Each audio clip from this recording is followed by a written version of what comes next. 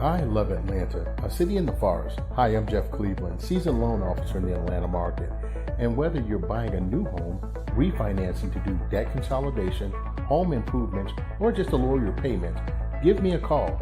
I'll ensure that you're treated with dignity and respect, that you're informed throughout the process, and that there are no surprises at closing. Give me a call and let's get started.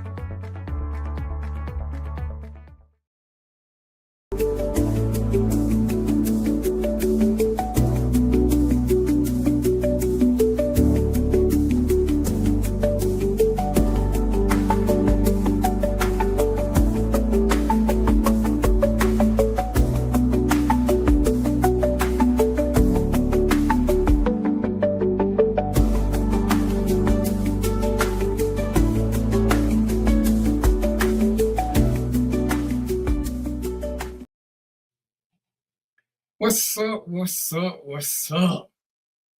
Oh, damn, I'm kind of early and I still got 3 more minutes. Let me, what should I do? Let me go and get Sheriff while we're waiting. Man, I don't know why I thought it was time. What's up, Sheriff? I can't call it. All right, we wait on everybody else. Damn, I had my little monologue ready and everything, but I still got 3 more minutes left.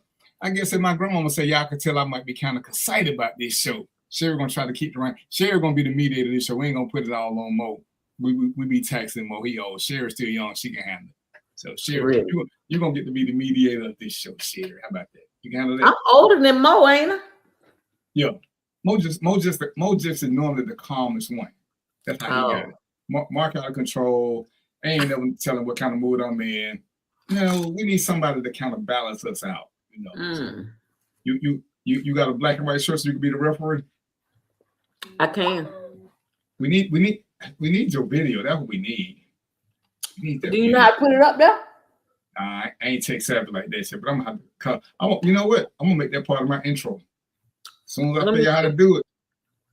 Let me see. When can I pull it up? I wonder if I share my screen, will it let me do that? Yeah, if you share your screen, you should be able to pull it up. Let me see. Yeah, show it. What's up, big dog? What up, though? What's up, Mo? What's up, sir? Let's see if we can share a screen. I see another shirt I'm gonna need to get. Oh, damn. He over there looking like a jack-o'-lantern. Hold on. I'm fly right now. Don't act. No, you do look nice, but you know you black and the shirt orange. Listen, man, I don't know how to do this. Let's see. Where am I? Let's see if I can blow this up.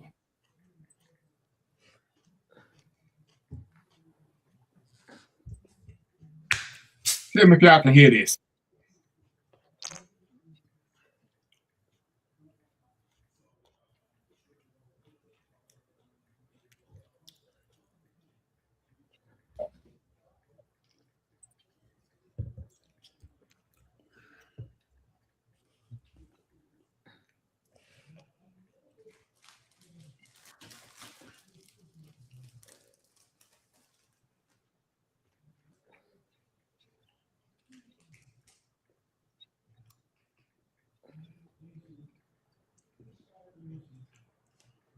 Could y'all hear that? No. Oh, I gotta figure out how to do that. Oh, I done played the whole thing. All right. Anyway, let me go on. Did you share your screen? Yeah. We ain't even seen you sharing nothing. All right. Anyway, all right. What's up, family? 6 o'clock. It's the 3rd of June, 2026, and I got on my bright shirt because I got a little pep in my step. It's my son's birthday. Hey, Marquise, happy birthday! I just got to talk to him. He said, "Dad, you sound so much different." He said, "What's going on?" I said, "Man, you ain't gonna realize. You ain't gonna believe this. Somebody told me, and I ain't believe them. You don't know happiness till you know you don't have it, because you get used to certain shit. I got a weight lifted off my shoulder. Sherry gonna be the monitor for the day, Mo. So you ain't got to worry about trying to, She done have a drink. She made a video just for me that's gonna be part of the intro from now on. Cause I don't even drink. Well, have your glass of water. As a matter of fact, Mark, have a drink for Sherry. See, Mark can take care of it. He can take care of it. I sure will have one. I was see, teamwork make the dream work. But anyway, y'all, it's gonna be a little different for the next 6 months because a brother's in a whole different place, and we waiting on some. I believe we waiting on a specific group of people to show up so I can show out. But if they don't show up, I ain't gonna show out. I'm gonna let Sherry be the moderator so she can keep me under control.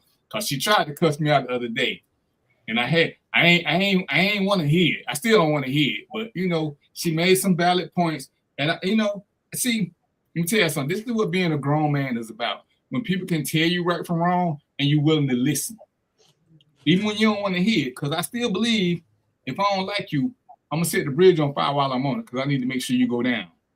But Sherry said, I don't know who she was talking to. More, you would have been Sherry. The way Sherry was talking about me, I thought she was talking to somebody else, and I was just overhearing it. Because she was talking about I was smarter than some other shit. And I'm like, who she talking to? I'm tired of being on hold. I mean, damn, she don't realize I'm on the other end of this phone. And I was like, what you talking about? And like, you better than. I'm like, who you talking to, Sherry? I ain't better than that. Don't let smooth taste fool you. And I learned some things. But I ain't gonna go over that today because that's personal. We're gonna incorporate stuff into the show. So Sherry ain't gotta work hard today. Hey man, I hope everybody, finna get ready, enjoy they summer, all this extra hot weather, and I want y'all to stay out of trouble and do whatever it is you do when you do what you do. And we're gonna keep doing Random Thoughts with DVP. We're gonna have a little fun, we're gonna have some uncomfortable conversations, we're gonna talk a little shit. We're gonna do what we do. All right. So my monologue was just that. Hey, have fun, vote. You don't do nothing else. Vote. If you want to know some influencers to listen to, hit me up. I'll tell you some people y'all need to listen to. Because we really don't understand what's going on because we're so ignorant about certain things. And whatever news you listen to, whatever. Counterbalance that. I'm going to always tell you, listen to Fox News, listen to CNN, listen to MSNBC. Listen to them so you can make an informed opinion. You can't make an informed opinion listening to one source. Listen to some of the influencers and listen to what they tell you, because the difference between some of these influencers and TV, the news, is they can tell you an unfiltered truth. They can go more in depth. These TV stations, they still got sponsors, certain things that, and there's some great journalists, but it's still certain things they can't touch. And even when they touch them, they don't break them down. It's a couple of ladies I listen to, they break down the whole experience into terms that you can understand. And as Public Enemy said, man, it might be time for a little revolution. But if we're gonna do that, we gotta do it smart. You gotta be smart about it. But like I said, if y'all want to know just some people to listen to, hey, I got some black ones, I got some white ones, I got some men, I got some women. But just listen to them and listen to what they say. But start paying attention and vote. Don't get that shit away. Don't get that shit away. As one of my favorite poets said, we like giving our blocks away. One rock at a time, one Glock at a time, one vote at a time. We gotta stop giving our shit away. We gotta stop. All right, so I know we got three good topics, good topics. And we probably got four, but I'm gonna try to behave. Let's start off with,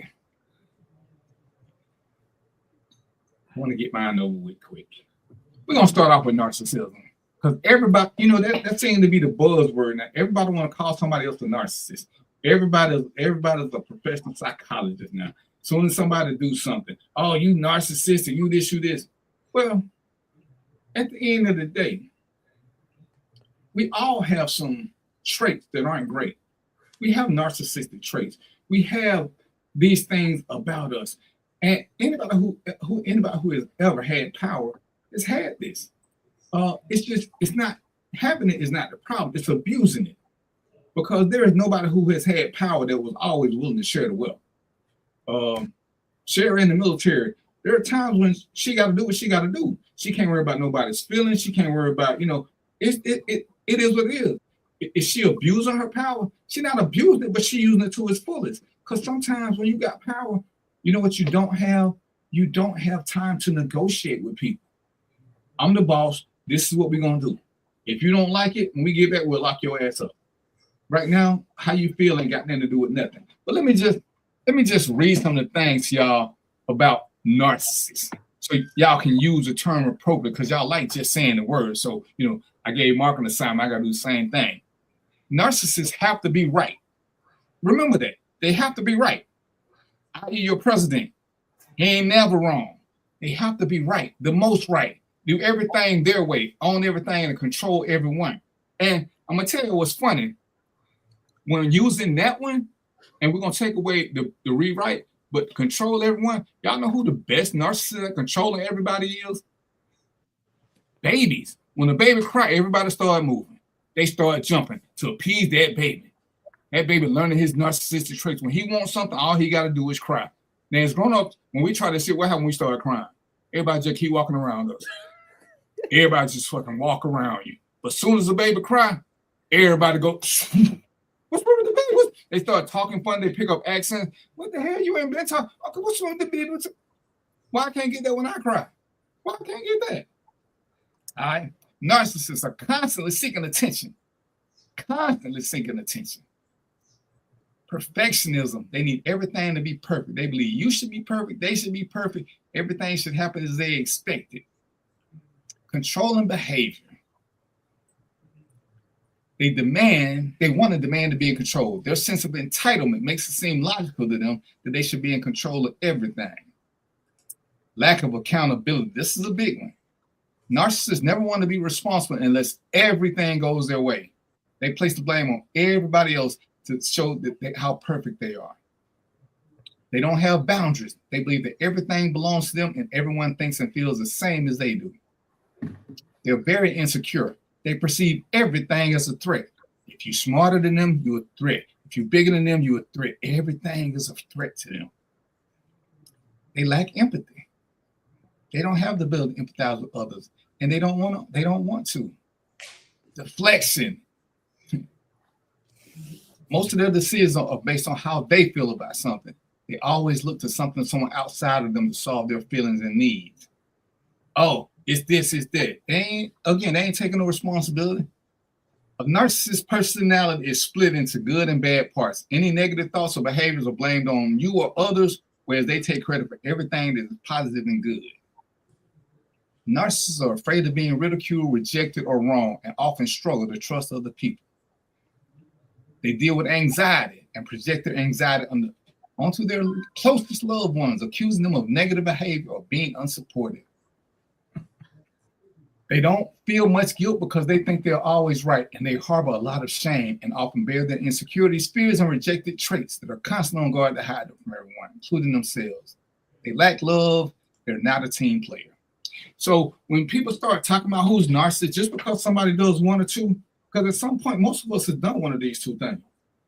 When you start doing, and that was 15 we talked about, when you don't want to be part of a team, see, I've been called narcissist quite a few times. And you know what? If I'm being honest, quite a few times it's been right. But I ain't never not been a team player. Never. Even when I was the best player on the team, it was still a team. And y'all who've been with me on this show, no, I ain't never lacked taking accountability. I have admitted my wrongs. I talked about depression. I have said I would do the wrong thing sometimes because my dad had told me it ain't about what's right or wrong. It's about what make you feel good. I'm okay with that. I'm okay with that. I can freely admit that. So when you call people names, know the definition. Don't just sit around calling because it's the feel-good thing. You know, we talked about the word ignorant. Black people hate the word ignorant, but ignorant just simply means you lack knowledge. It's not a bad word. If you don't know shit, you're ignorant. But you say ignorant to a black person, they're ready to fight you. Ignorant and stupid ain't the same thing. They're not the same thing. So it's like, you know, we got to stop just throwing terms around. My favorite stupid term that people use, and this is how you know black people are stupid. I'm sorry. This is how you know niggas are stupid. There's a book and a movie out. A book and a movie, which means you can either watch it or you can read it. Every time I see one of you coloreds calling a black who doing some stupid shit Uncle Tom, I know that you're stupid. Because the book tells you Uncle Tom is the good one. He's the one who was trying to help blacks. The movie tells you the exact same thing. But y'all refuse to call ignorant black people Sambo. Every time I see somebody call, what's the judge's name that don't nobody like? The black dude in the Supreme Court. Clarence Thomas. Every time somebody call Clarence Thomas, I'm like, do y'all know what Uncle Tom is? Uncle Tom is a good thing. You want to be called Uncle Tom. Y'all can, it's in the book. Hell, even if you don't read the book or watch the movie, it's in the clip notes. So you ain't even got to go through the whole thing. Uncle Tom is the good one. Sambo is the bad one. Not Symbol, Sambo. I need for y'all to understand this. It's in print and it's on video. So if you can't read, watch the movie. Watch the movie. That's all I'm going to say. All right. So I got that ran out the way and Sheridan gave me the, what was that? Sheridan give me the thumbs down sign, so she let me get away with that one. Oh, and I see, hey man, welcome back to the show. We got Joe Mo in the house. So, Joe, so we can get our Twitter. Yeah, that's yes, my bad. Yeah, yes, ma'am. That's Joseph. Hello, Joseph. Hello, Miss Sherry. He don't act like that. He don't act like that. No, I don't. Very rarely am I speechless. I was speechless just then. What up, Joe Mo? Welcome back. What's up, Marcus? Hey, Mark, we're gonna do this right. Sheriff said we have to call him Joseph now. Oh, he got to earn the name Joe Mo. I ain't doing that. I ain't doing that. I ain't doing it. We can't get it. We can't get in trouble with the boss today. Sheriff says that's Joseph. We glad to have you back, Joseph. His mama named Joseph. I'm calling Joseph. Well, we can talk about that. Well, Joseph, let me fire the first shot. Go on and get one in on Mark so you get one though.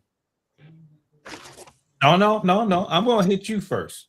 Your analogy of the baby being that was so far off base. I don't know what to say, man. In order to be, you can't compare a baby to a narcissist. Babies' actions are not based on preconceived notions because they don't have any. Right. So that was just. Come on, man. You can come on, BBP. If you don't kick it off. Listen, brother. I want to know, based on the definitions I gave, come on now. They demand attention. They don't take no responsibility. Who does that sound like? Ain't that a baby? That sounds like a no. The baby don't take no. Well, that's again. You don't know that, Mr. Psychologist. Ain't man baby never said I'm sorry. Well, no. Well, I'll leave that alone. But okay, in your mind, in your world. They cry, you go to them, they poop on you, they pee on you all the time. They don't never apologize. Even when they grow up, they don't never apologize for none of them accidents. Yeah, but if you're using the analogy of a child that takes uses the bathroom as opposed to an adult who does it intentionally, of course there's some people with fetishes, but okay, there's that. But there is no way that you can use that as a analogy. However, I get your point. Okay, I will say that those personalities in an adult size are dangerous. Now, I will also say this. There's nobody that does not have a smidget of narcissism, because there's a such thing as a healthy narcissism, because we have to have a belief in ourselves, and that's healthy. Right. It gets unhealthy when that belief becomes so extended that you're the only one in your focal plane, if that makes sense. It makes a lot of sense. So, Sherry, so that you know that Joe is like Obi-Wan Kenobi. He the smartest one in the group. He got 5 books on everything. He know everything. Mark is the smart ass. Mo is the conscience. DVP he run the gamut. But so everybody got a role, and then we got several sub roles. But if you want to know someone historically, Joe, he got the books, he got the videos, he got all that good shit. Me and Mark, we just be roughing it. Don't believe that, Miss Sherry. Man, has he ever called any of us Mr. Anything? Nope. Man, he asked that. He's wait. Well, hey man, we should. That's because Joseph think I'm nasty. Is he wrong? Yeah, he wrong. You wrong, Joseph. I will be that. You know, I was hoping that this was gonna be a behaving type show. I don't know why I thought I could get that out of y'all. When I knew Joe was coming, I should have knew it was shot to shit. I should have known. We went to hell in a handbasket then. I should have known then. Without a doubt. Without a doubt. Let's what do we want to talk about first? Let's talk about this calling off of the wedding. Okay, I thought you wanted to see that video. Oh well, I can't figure out how to share it. I'm gonna have to pick. Oh, come, I know how to share it. I'm gonna make it my intro. All right, if you can share. I want y'all. This was me and Sherry conversation the other night. Tell me if y'all can see. He's stupid. Tell me if y'all can see this screen when I do it. Can y'all see it? Nope. Really? It's Hold on. Yeah. Rolling. You see Got it the now? popcorn. Yeah, we see it now. Okay. So you want to intro DVP? No. This was just our conversation. This is gonna be the new intro to the show. I don't get angry. I keep trying to tell you and that jerk that I do not get angry. If somebody do something to me, I do something to them. This is common sense. So you believe in getting even? Hell to the yeah.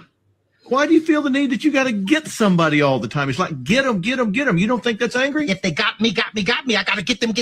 Yeah, that's what it is. But what you call getting got is a whole lot different than what other people call getting got. It doesn't take much to get you, does it? Well, when you getting got and somebody done got you and you go get them, when you get them, everybody's going to get got. Yeah, but if you're getting somebody that you say got you when they didn't get you to begin with, then you're getting the gotters when they didn't do anything to you. Yeah, but if the gotters get me, I'm going to get my Glock. Yeah, well. I don't get angry. I keep trying to tell you. Wait, hold up. Wait.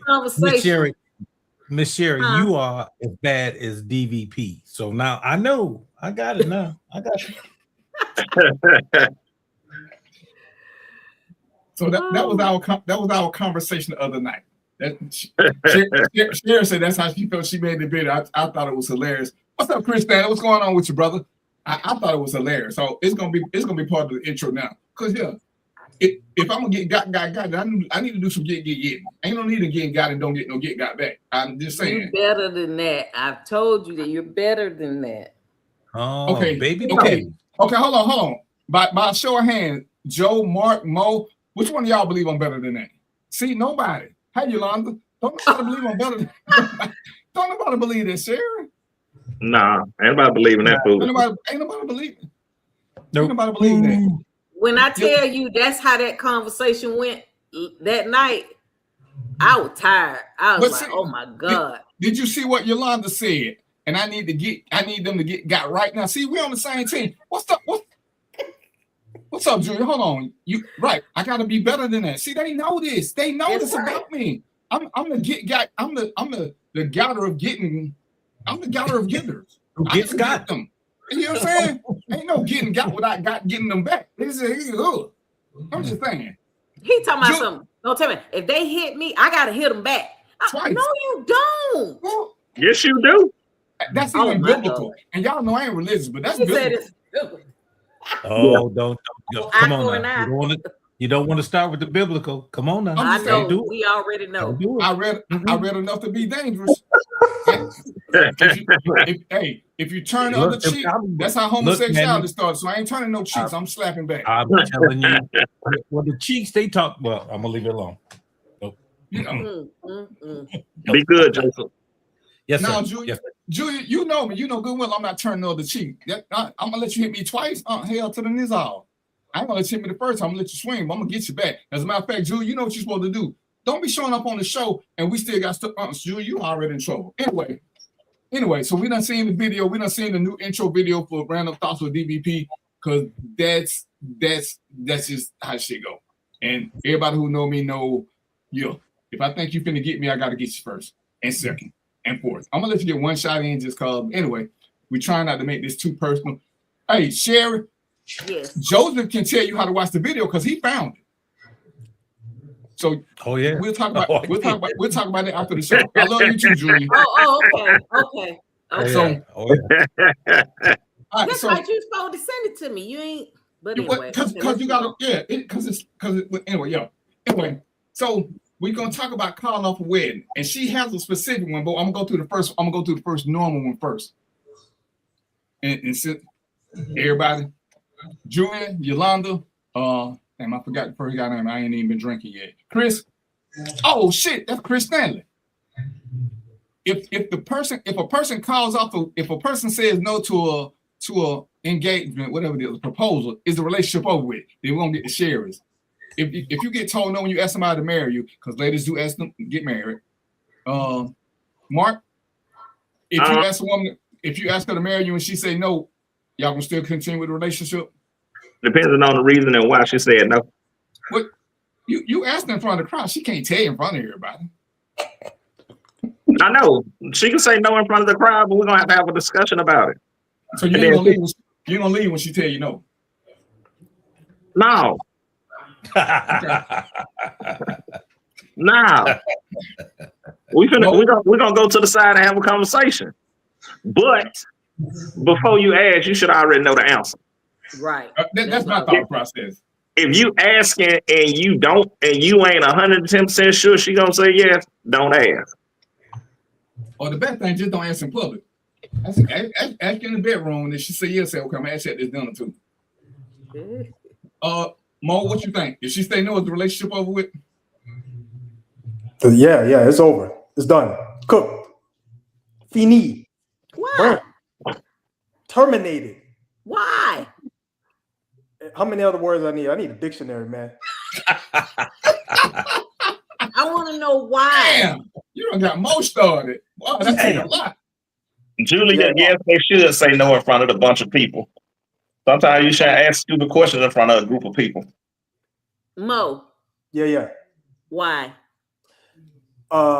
So here's the thing. So if you're asking someone, you have some level, you must have some level of confidence that this is a person you want to be with. You've seen everything you need to see. They've been with you, they've been riding with you this whole time. You don't have no inkling that they're gonna say no. Most men who are gonna ask, they ain't asking somebody if they kind of borderline in the middle. Well, I don't know if she's gonna say no, man. I don't know. You know, I'm asking you because I just want to hear it, and then we move on to the next step. If I was wrong, I don't need to know why. I'm finished with it. I don't need to understand why. Okay. Joseph, I feel like we on Bonanza. Joseph. I feel like we on Bonanza. Those of y'all that old enough won't understand that. But Ben Cartwright always called his son by his whole name. So Joseph, is it over? Bingo.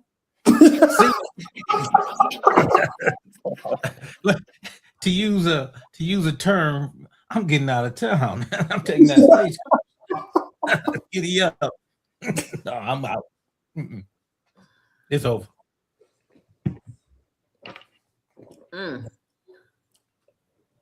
Well, now that okay, I'm with them. Right? I'm in them. So I'm with them. It's over. No. I think it's time for Sherry to answer. I like what Kenneth said. He said, "What if she said no because she's being pressured? Most people get nervous in crowds." And then they say yes. Then No. She say yes. And Drake, don't come here trying to be peaceful. Drake, we know you. Drake, we know you leaving too. Drake, that's a good answer, Drake. Drake, me and Mark know you. Drake, we know you in real life. Drake. Nah. Does anyone smell? If she say no, Drake, are you staying or going? Hey, so listen, the word he used the word pressure. All right. So if I'm asked to marry me, there should be no pressure in that at all. None. We already been through the dating phase, the courting phase. I like you, you like me. Tell me a little bit about you. Tell you a little bit about me. You know what I'm saying? At this point, if you still feeling pressure, Yeah. Yeah, I get it. You ain't ready for the game. Okay. So I'm gonna be the devil's advocate here. Okay. Please. So for me, I'll use myself as an example. I don't want to get married again, right? I ain't saying I'm taking it off the table, but if you ask me, Sherry, would you marry again? My answer is no, right? Let's say DVP decides that, you know what? Me and Sherry been kicking it for about 2 months. Damn. Because he in love by 2 months if he with me. So See, hold on, commercial break. That's when he better than that come in. He better than that. Oh my God. Go ahead, Sarah. Go on, do your thing. I thought that was narcissistic. Yeah. So look. So DVP feel like, okay, well, Sherry in love with me, I'm in love with her. She says she don't want to be married, but I think she'll change her mind because it's me. Okay. Look at him. Joseph laughed because he know that probably something you'll do. Go ahead, Sherry, because I'm with you. I'm following. I'm with you on this one, Sherry. Right. So, because Great it's example. him, it's like, ain't nobody gonna turn me down. You know what I mean? I know she loved me. And then Right, man. Now 2 months down. That's how I do, boo. So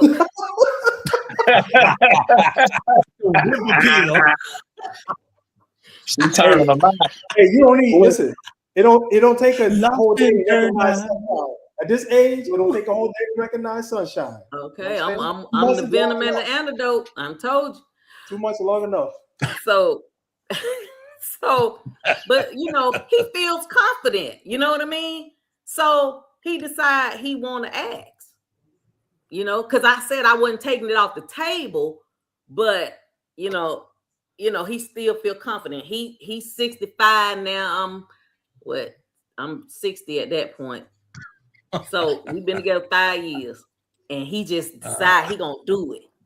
Boom. He gonna call Mo, and he gonna be like, Mo, I'm gonna ask you. I know she love me. Oh yeah, I'm gonna say go for it, baby. You got hit that. Go ahead, try it. And he gonna what you gonna tell him, Joseph? You gonna tell him go for it? If he said, I know Sherry love me and I love her. We've been doing everything together, blah, blah, blah, blah, blah. Let me just answer for Joe, so he don't have to say. Joe won't be like, remember the last time you got married? That's all Joe gotta say. Remember the last time you got married. So it's gonna be a wrap right there. I'm gonna have people. I already got PTSD. No. I'm bringing the DJ. I'm playing Olivia Lost and Turned Out. I'm playing a couple of other spinners. Yeah, you better bring that. But I'm gonna be there. No, you better bring Adam Walsh because somebody missing. Oh, I know missing, but so let's just say he's very confident. He's very confident in himself. He's confident in our relationship, and where we said we wanted to go or whatever. Now, mind you, I just said I'm not taking it off the table, but I'm telling you, I don't want to be married, right? But we talking about DVP, right? So you know how confident he is. It's me. If I ask her, she gonna say yes. Narcissistic behavior, but go ahead. So yeah, because I done turned into a narcissist. I'm already believing it. So, Drake, you finna get banned from the show. Ain't gonna be no damn Luther. A house is not a home. No. So my question is, if it's something like that, and then he said, he decided, Mo, he talked to Mo. Mo said, yeah, go and do it. We already said Joseph said he was gonna get the music and this, that, and other. What you gonna do, Mark? You gonna I'm gonna be the ring bearer. Okay. Yeah. So, yeah, you always gotta have a little ring bearer. Okay, so all y'all done said, okay, yeah, man, go ahead and do it. Go ahead and do it. And he does it. Ain't that when I'm strapped to a lie detector? You can't believe shit they saying. So look. Everybody fired. From now on, the show gonna just be me. We don't even like the way they going. Everybody fired. But if he probably start off with, Sherry, I know you said that you didn't want to be married again, but you also said you weren't taking it off the table. Will you marry me? Sherry, do you I'll be speak in the like, third person often? yes. Okay, I'll say I just wanna yes, know. right? I'll say yes, but I ain't say when we was gonna do it. Damn. I said I wasn't taking it off the table. Okay. So why you just don't say no, not right now? I'm gonna say yes if we in front of everybody. I'm gonna say yes. And then when everybody else asking me when the day, I'm be like, child, I don't know, child, honey. We just living life. Engaged for life. That's right, Chris. Man Engaged on the for life. run. Man on the run. Said man on the run. Man on, yeah. I'm finna be abusive. No, So that's let's see. Olivia lost and Hoping he turned out. died before her. Yep. So I don't think the relationship should be over. I I don't mean, think so either. Like you say, that's a good reason behind it. I'm not ready to get married right now. It's yeah. not that I don't love you. I'm not in love with you. It's not that I don't want to be with you anymore. I'm just not ready right now. Right. And I think that should be a second. No. Hold on, Mark. You changed it. Hold on. You changed the goalpost, brother. She said no. She said no. She didn't say all that extra stuff you just put in there. That's what but my initial response was she can say no depending on the reason. The relationship isn't over. She gave a good reason. I'm not ready right now. I still want to be with you. Mm-hmm. I'm just not ready to be married. I think that's a good excuse. Or I'm sorry, that's good reasoning to keep the relationship going. Did you hear that? Did you hear that? That's called a Freudian slip, my friend. Yes, sir. And want to point that out.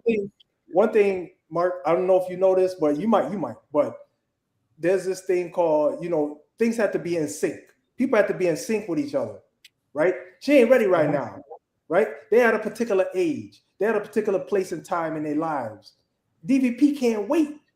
You know what I'm saying? He like, listen, you the one. I'm ready right damn now. And Sherry need more time. She like, listen, I ain't ready. So they not synced up. That ain't no problem. They just not synced up. But the relationship shouldn't be over because we ain't synced. We just ain't synced right now on that part. It seems like everything else should be good. They just ain't synced in the marriage. It's done. Burnt up, crispy fried, finished. It can't right be. There. We can't be synced if I don't know that she wants to be married. See, that means we ain't on the same page because I'm reading signs that ain't there. Because at some point, we should have. I ain't never met nobody who ain't had the marriage conversation somewhere prior to. So if you propose, man or woman, to somebody that say no, that means y'all got shitty communications. Because you should have knew that she wasn't ready. It ain't like saying, hey, let's go to Cancun and she need to get ready.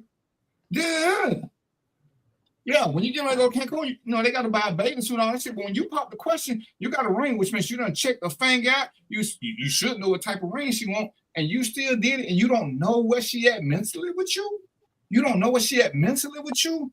That's to me, that's a huge red flag.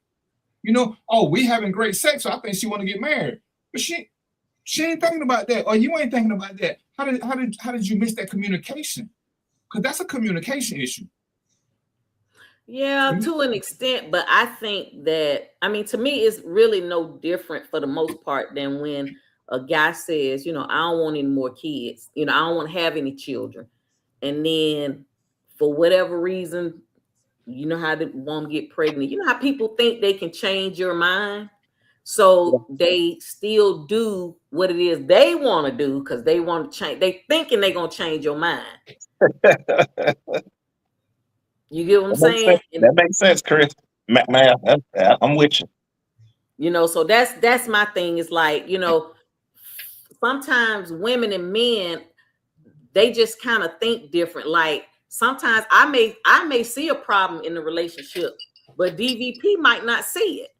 You see what I'm saying? And it's like, even though we align, we think we know each other, this, that, and the other, whatever the case may be. But I feel like, if first of all, we work together, and in the beginning, we done talked about the fact that I don't want to be married. You get what I'm saying? So I think that if we had been together a little longer, I think that sometimes people think the other person gonna change their mind. So they'll go out on a limb and do things that the other person said that they didn't want to do. Yeah. But then again, don't that mean they ain't in sync? Because I disagree. When you change your mind, and we talked about this before, and I said couples should review their relationship at least every 6 months, because as you grow and you change. When you meet me today, my favorite food might be hot dogs, but after 6 months with you and you cooking something, it's gonna be different because I've been around you. So we gotta constantly update each other. But if you start off saying you don't want to get married, why would I take you somewhere and ask you to marry me in public if we ain't had that conversation? See, that's gonna put me in a narcissist shit, because I want shit to be my way. And now, I think Drake said, now I'm trying to press you to saying yes in front of these people. So we're not having good communication, because until we get to a point where you say, it's like, you know what, man, we getting old. You still feel the same way about marriage. If you say no, then why am I going to propose to you? If you still say I ain't ready yet, why would I propose you? You can't get around that communication issue, because I ain't listening to you. Because we definitely going straight back to narcissism. It's gonna be my way. I'm gonna do this. I'm trying to pressure in front of people. I ain't taking no responsibility for the fact that you said you ain't ready, because I don't want to hear what you're saying. Ain't no Joe, you're the resident expert. Ain't those some narcissistic tendencies? I can't, based on what we're talking about, there's other things that go along with it. You can't put.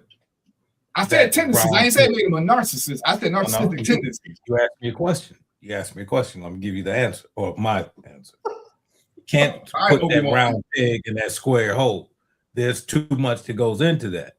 Now, certainly, I would say that there are some tendencies, as you say, but it's much bigger than just narcissism. Oh, no doubt.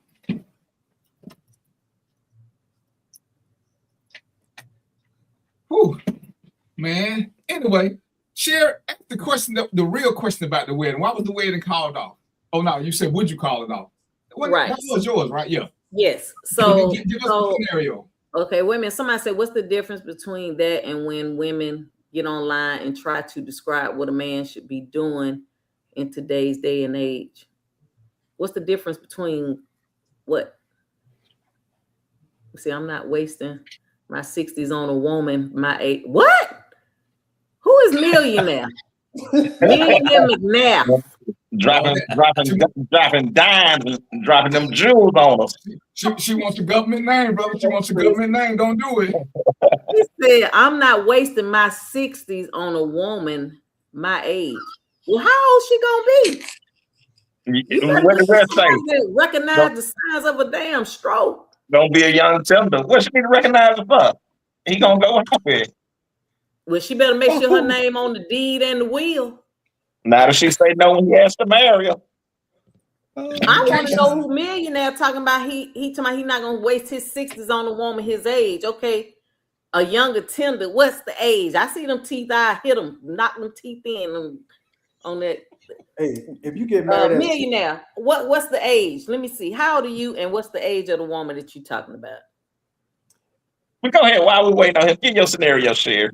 Okay, so I was looking at I think it was TikTok. You know how those reels come up or whatever, and this chick and her fiance are arguing. And this is all I know. So we ain't gonna add this and add that. I'm just gonna tell you what the conversation was. The conversation is that he had sex with guys in college. While he was in college, he had sex with a few guys, not one guy, but a few. I don't know what a few was. He just said a few. And she said when she found out, I don't know if he told her or somebody else told her, but she was saying that the wedding is off. And they arguing, and he's like, oh, you gonna marry me? You know, she was like, no, it's off. And he was like, everybody has been to college, that's been to college, done experimenting. Nah, bro, you wasn't experimenting. In my mind, if it's more than one time, you wasn't experimenting, you was having a relationship. So, what are y'all thoughts on that? Is because I guess for him, it's, that's in my past. I'm telling you now, I don't want no man being with no dude. I'm sorry. I don't care if he stuck his finger in your booty. No, we done.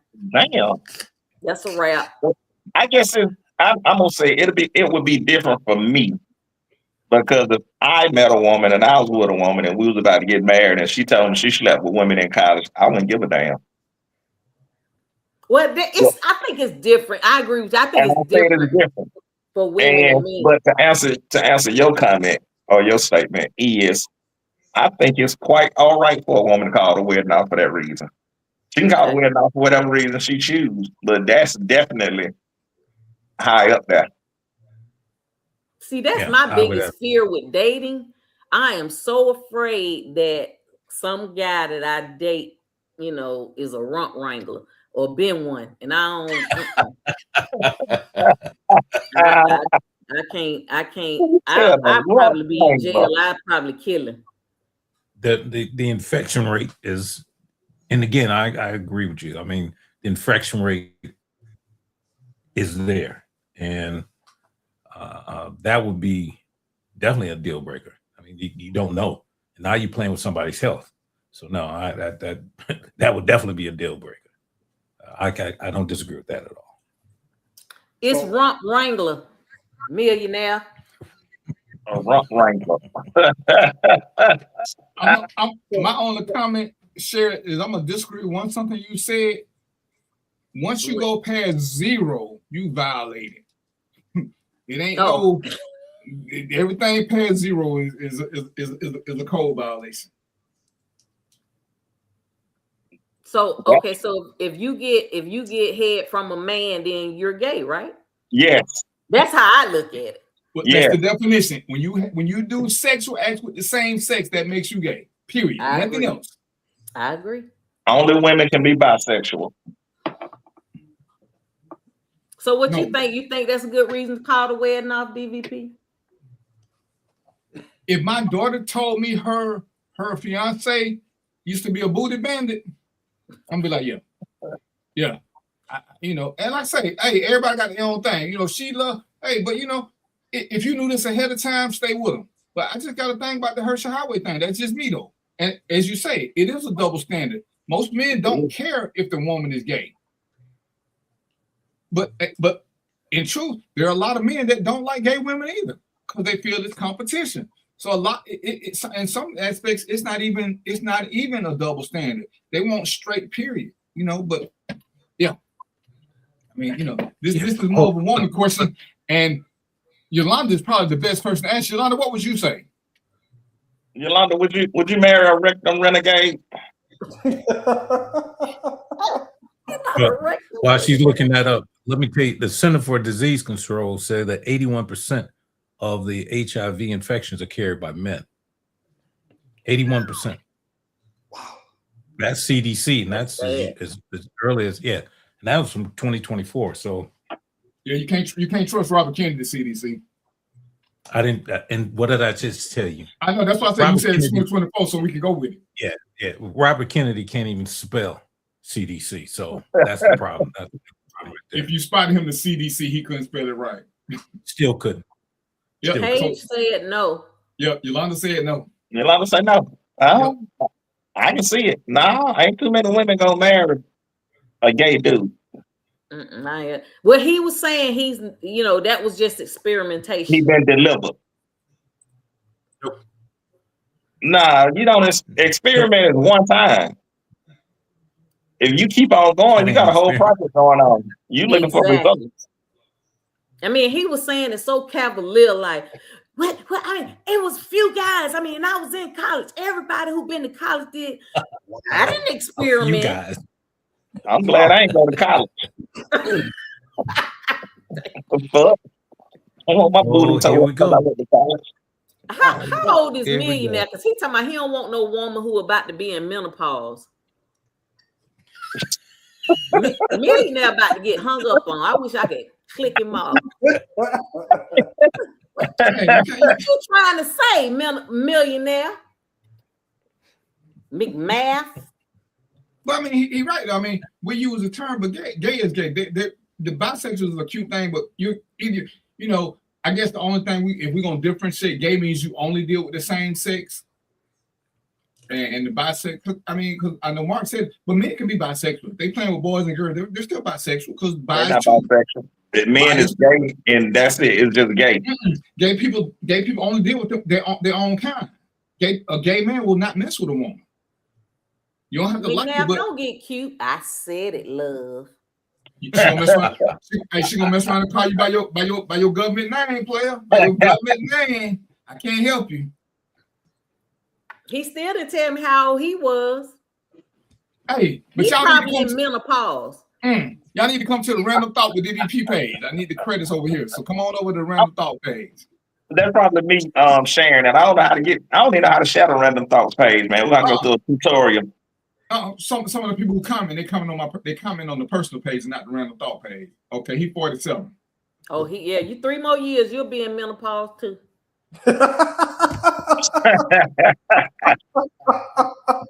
Because I'm telling you, when you hit 50, I bet you that soldier gonna be sitting on them duffel bags sometimes. So,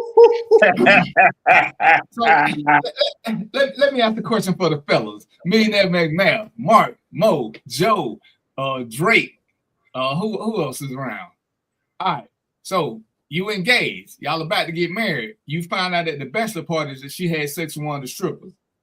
What you doing? Y'all already married? No. We finna get married. She had a bachelorette. She had a bachelorette party. Fellas, you find out she had sex with the stripper. Nope, I'm sticking around. I'm not. Mark stands. Joe said hell to the no. Mo biting his lip. Nah, man. Nah. Y'all ain't married yet. Mo say he out. McMahon say he out. Drake, where you at? Where you at playing Luther? Just stop, Sherry. Just stop it. Stop it. See, I know you probably got a lot of springs as a little kid. I can tell. So no. Yep. You did. You got more than a dope. Yeah. Don't do that, Mark. Don't do that. No, I was just gonna say. So you said DVP. How that's gonna go down? Who's gonna tell me that happened? She gonna tell me or somebody else? Your sister who was at the bachelor party with him. Oh yeah. Oh, we gotta have a talk. The unfortunate part about that scenario, I mean, this actually happened. I mean, I read these stories, and this is not an unknown phenomenon. It's actually happened. So, good luck and good riddance, at least in my case. It didn't happen with men doing it at the bachelor party. Women done did it at the bachelorette party. People find out, and next thing you know, it's only 2 people at the altar: the priest and one and the other married people. Yeah. So all y'all gonna say is over. I say it's not. I wouldn't stick around. It's done. If you were gonna cheat, you should have did it 3 weeks ago. You can't do it the night before the wedding. Okay, but what's the difference in the night before the wedding and 3 weeks ago? Cause if we gonna consummate the marriage tonight, you ain't even fresh. Cause see, I'm from the old school. When you get married, you ain't supposed to do nothing for 30 days. So you build up a little tension. But you done already broke that one. So we ain't gonna do it. Well, who came over that old ass saying? I ain't never heard that dumb shit in my life. That's cause you still a baby and share you in the army. They say wait 30 days. I know, right? Who doing that? I ain't punishing myself on no wedding. Hey, Mark, why your voice going? Look at McNair talking about millionaire crazy. 30 days. I'm with you, man. 30 days. Shit. You ain't gotta wait to 30, but you supposed to have a break before the marriage so y'all can consummate it on your wedding night. That's why she getting her rocks off at the bachelor party. She been waiting 30 days. Hello. I'm just kidding. Oh my God. That's why. That's the main reason why she got Okay, talking about some 30 days. Will you wait 5 days? Somebody's millionaire said he ain't waiting 30 hours. So he's gonna do something at the bachelorette party. And the point is, even if you wait a day, she did it with somebody right before that. So it ain't even had time to get fresh yet. So no, I ain't doing it. That's that she should have did it 2 weeks ago. She'd have been good. But so what happened if you find out 2 weeks later? If you do it the night before, you don't want to do this. You still want to be in the streets. If you do it 2 weeks before, I'll give you a pass because you know it's coming to an end. You can't get that. You can't get cold feet at the last minute and still think we're gonna go through with this. Nah. You doing it at 2:00 in the morning, and we standing, we at the altar at 12. Man, it ain't even a good shift change. No, player. Man, we ain't getting to the altar by 5, 6 o'clock. Anybody having nowhere in there 12. It don't matter. God, hold on, 5 or 6 o'clock. Now on that point, I'm with Mark. By 5 or 6 o'clock, we need to be naked and all the other shit. All them old folks go home. Cause I ain't even trying to do the dance. We doing this shit at 12. We doing whatever we're gonna do at 2 o'clock. Everybody need to get the hell on. See, that's when you old, see young people do that late shit because they want to stay up all night. Old people want to get this shit over. We ain't got a lot to say. We're gonna try to remember each other's name. We're gonna remember where the bathrooms are. We're gonna make sure we got the nightlight. Let's go have sex. See, ain't nobody got time for all this shit. Okay, so let me throw something at y'all. I saw this today. Sherry, you're gonna be the cause of a shitload of divorces this summer. Hey, okay, so DVP, you move back in with your mom and your dad. No, not even your mom, just your dad. You move in with your dad because you need to save money. And probably about, I guess you've been at your dad's house about 6 months. So you asked him, could your girlfriend come? He said, yeah, too easy. So y'all live with your dad. And you've been working a lot. So the girl is at home with the dad for the most part. And one day you come home and you came home early because you usually do a second job, but you came early because you didn't need to do that job. So nobody was expecting you. And your girlfriend is pregnant. And you overhear her tell your daddy that I think is yours. What you gonna do? Somebody tell me I'm gonna fight him and her.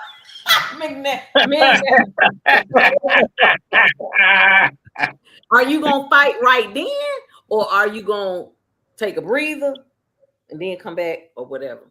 But what are you doing then? I just want to know where you coming up with these scenarios at. I mean, you've been watching some soap operas today. This was on the court, the paternity court. And so why you think that paternity court's off? Yeah, it was on paternity court, and the boy was suing his daddy for $12,000 because he had been taking care of the baby since the baby was born, because he was giving the girl $500 a month and all that kind of stuff. And so the daddy was like, I really don't think it's my kid. I really think it's my son's kid. I mean, he looked just like him. And of course, judge like, he looked like you. That's your bloodline. Anyway, blood test come back. It's the daddy's. It's not the son. Are you sure this paternity court or Maury Povich? It's paternity court. Yeah, you gotta go ahead and swing on the daddy, the baby mama, and the baby. Everybody got your dad whoop. Hit the baby in the head with a brick. Everybody got your dad whoop right then. Hey, didn't I tell you that baby was a narcissist? I told y'all that baby was a narcissist. Millionaire said his young tenderoni don't even know these court shows exist. Because she's still in the damn club. Hey, man, hit me up, man. We need to hang out. Brother. That's a perfect place to be. But yeah, everybody got to get their ass whooped that day. But would you do it then? Because what the son did was, he said when he overheard it, he said he was so furious, he just left out. They didn't even know he had came in. He left out. You so furious, you go ahead and whoop their ass right then. You furious. Get that shit off your chest right then. Don't be carrying that $12,000 burden. What you gonna do, DVP? Some millionaires are on site. Hey, well, first of all, I'm gonna be like, Pop, you the man. I'm gonna let you have that shit because you can't fuck with your pop. Your pop stole your girl. You know what I'm saying? What you gonna do? I'm just gonna. Hey, that's more player shit there, buddy. Yeah, that's some player shit. I should have communication. I should have knew who my dad was. See, my dad. I would never let my woman stay with my dad because he got 10 kids. So that's how I had my last son. He shook my hand. Me and my wife didn't even have sex. That shit carried through my palm. He shook my hand. I hugged her. Next thing I know, she was pregnant. So no, we ain't gonna do that. You got to know who you did, know your personnel. So I'm gonna be like, yo, Dad, you the man. I'm gonna go on and pack my shit up, let y'all live happily ever after. Oh hell, if I can't afford it, hey, y'all can just go on upstairs. Or if you like it down here, let me go upstairs. But ain't nothing to get mad about. As they saying it's on point blank, you lost this one. I ain't finna. What you gonna fight for? So what's your relationship with your dad gonna be? You gonna still be cool with him? Yeah, he a player. That's the player move. You know what I'm saying? He ain't one of the homies, so he ain't got to respect the bro code. He ain't my bro. You know, hey, what the thing say? Hey man, my dad would be like, well, first he would have told me, but he was like, man, it's a true story. This is one of my best friends told me. He was trying to sleep with one of my fiancées. And I said, what's up with that? He said, man, because if she was a hoe, you know, I'm gonna come back and tell you. And he meant that. If she was gonna be that easy, he didn't want me to go down that road. But hey, you know how you find out? It's cute to think what somebody will do, but if you test them, you know for sure what they'll do. So what you do with your best friend? Now, she told him no, but he told him before she did. He said, hey man, you got you a good one. You should marry her. Cause I tried to hit on her. She just kept looking at me like I was crazy. She slapped me one time. He told me first. Maybe she just ain't his type. That's a fake ass test. I know, right? Hey. See, I feel like when a dude's friend try you, I don't think it's no damn test. I think he really want to get with her, and if she down, he gonna do it. But if she ain't, then he gonna say it's a test. I don't care what. Why would you want to test that? Why would you? You shouldn't even be looking at your boy girl like that. You test her. He was trying to test and see if she was gonna go for it. And if she went for it, you'll never find out about it. Nope. And then he gonna start snitching on your ass. You know DVP ain't shit. Let me tell you what he did last week. Hey, if I sleep with your woman, you finna get married, you should actually buy me something because I stopped you from sleeping with a woman who was still for the streets. I should get a reward. Let it be somebody else and not my partner. That part. You don't think that there is some type of etiquette? Yes, a lot of etiquette in that. But the etiquette is saying, and it's a church, if you understand, and I hear what we're saying. The etiquette is breached by whoever you got a promise with. Your partner ain't promised you no loyalty or none of that shit. When me and Mark go somewhere, what Mark owed me is if the fight started, Mark asked me to be right there with the fight. That's what his loyalty to me is. When I got a woman and we about to get married, she had said she gonna stay true to me. Mark ain't said that shit. So the woman, that's why I hate when people get mad at, oh, you gonna be the dude she cheated with. Why? He ain't got no loyalty to you. The woman got loyalty to you, so why you mad at that dude? He did the same thing you would do if you were married. He gonna a random dude, yes, but your friend or your brother or your daddy, to me, that's different lines you cross. What's the difference? She was still doing she was the one who was doing foul shit. They all were doing foul shit because they were betraying your trust. Me and my brother don't even get along, so I expect that shit out of him. So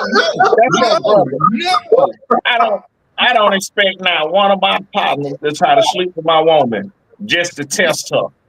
But Mark, what if they weren't trying to see what if Shada was hollering at him on the slot? Okay, then you come tell me that's something different.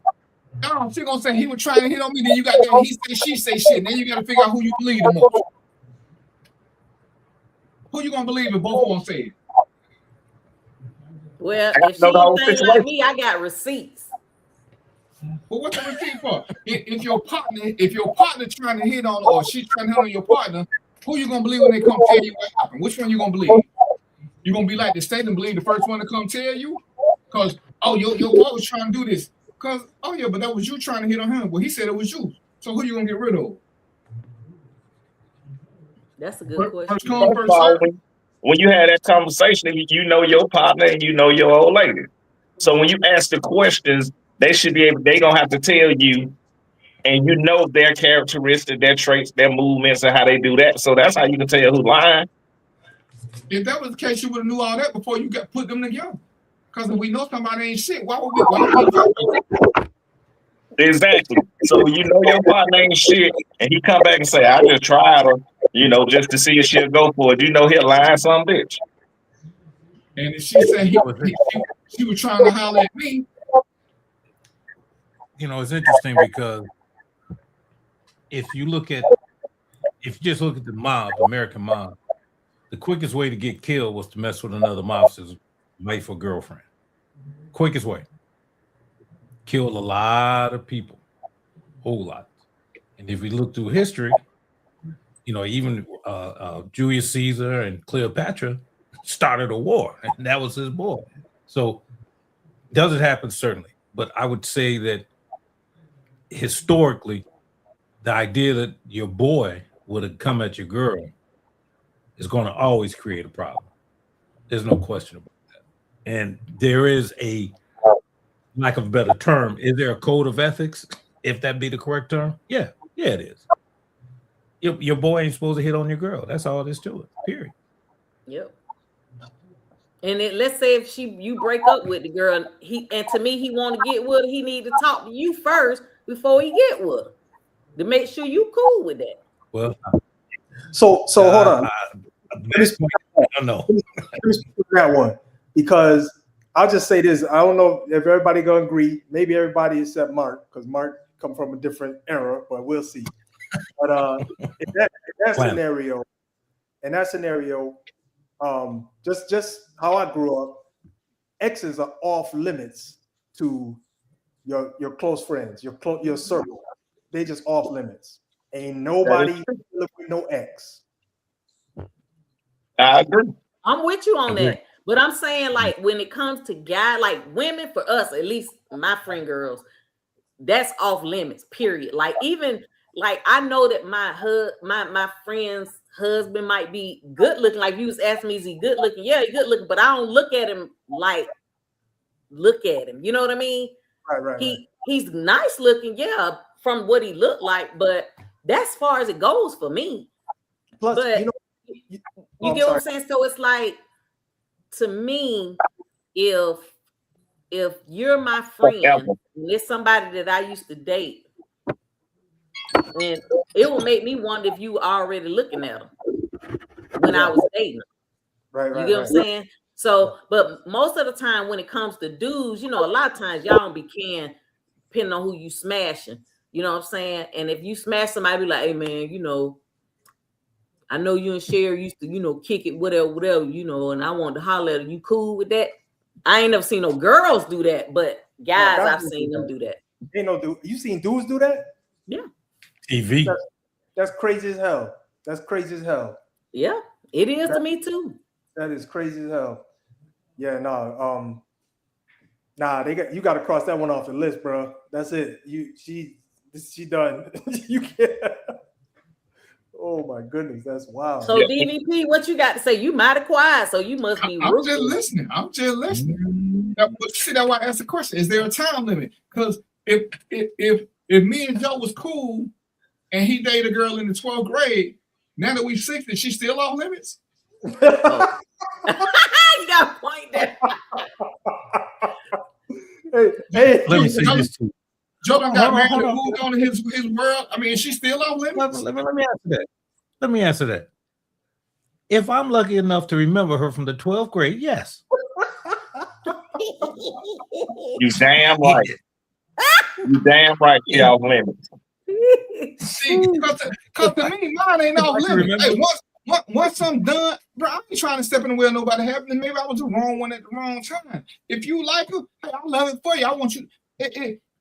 I want you to have this fucking headache that I had. I want you to have this shit so you can appreciate why I left. I don't have a problem with it.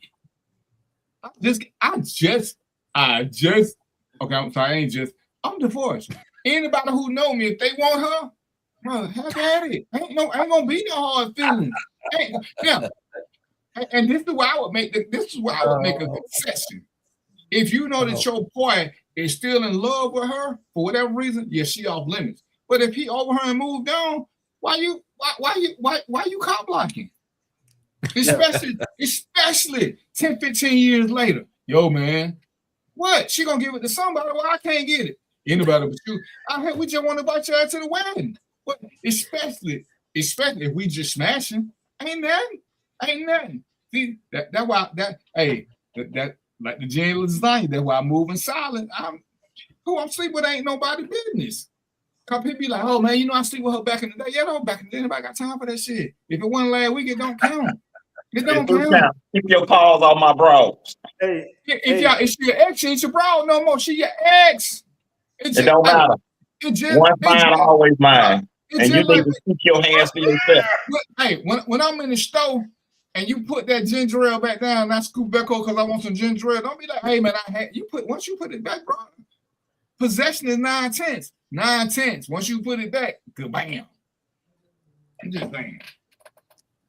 All I know, yeah, that's exactly what that move was about. And you see what happened? He got his ass whooped. He couldn't fight. He couldn't fight. All of us don't have a problem. So you saying if I can fight, I can go ahead and get whooped?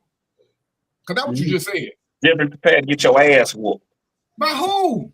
We're going to double team your ass.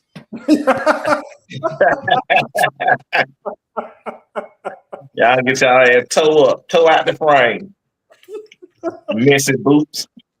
I think that there is a time limit. I think there should be a time limit. Yeah, when she dead. Like, damn. Time expired.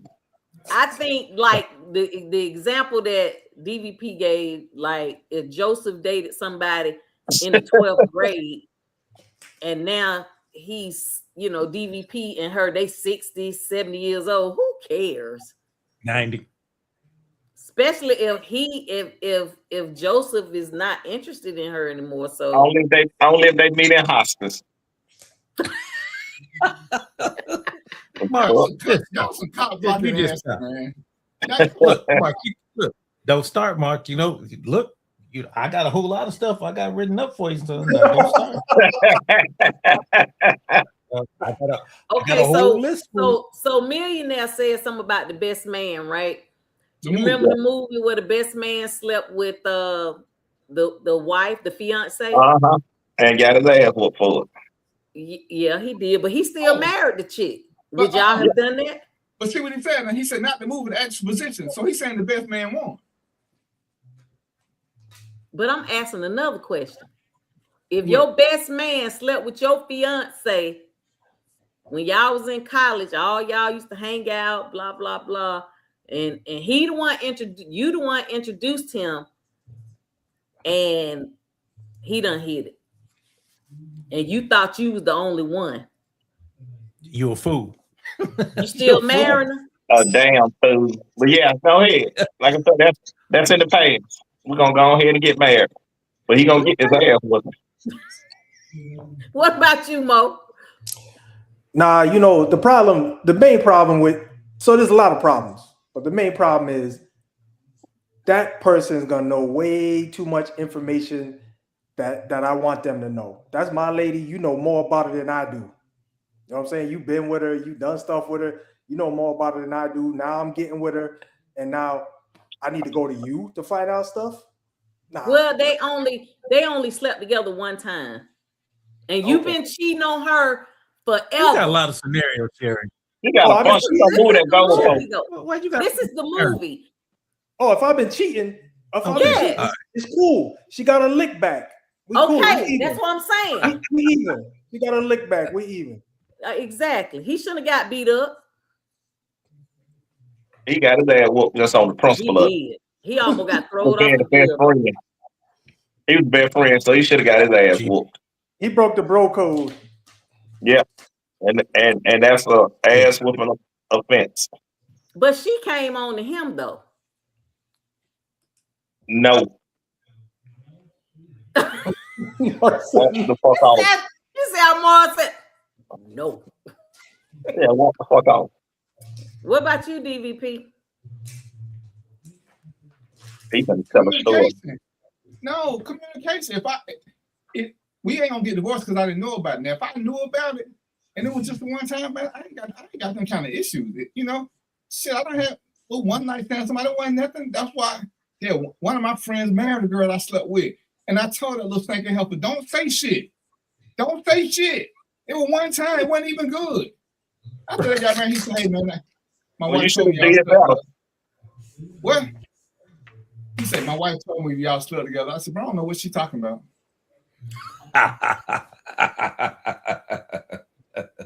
why even bring that into the picture? And see what like Mo saying,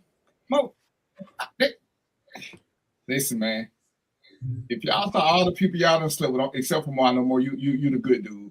Y'all wouldn't recognize some of them. You wouldn't even recognize them by sight or by touch. I ain't nobody. He don't know more than you. He might didn't even get the good stuff. He might just got the tip in. You got the good stuff. You got the good stuff. That sound about right. Somebody get him.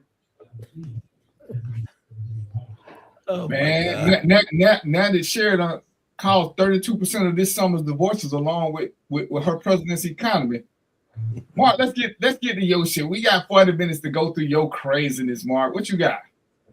Talk about this goddamn parenting. Because you say we decent people and we don't fuss and fight and we don't agree. But boy, you had me hotter than a goddamn 38, especially on a Friday night at Bigelow. Mark, you just want to fight.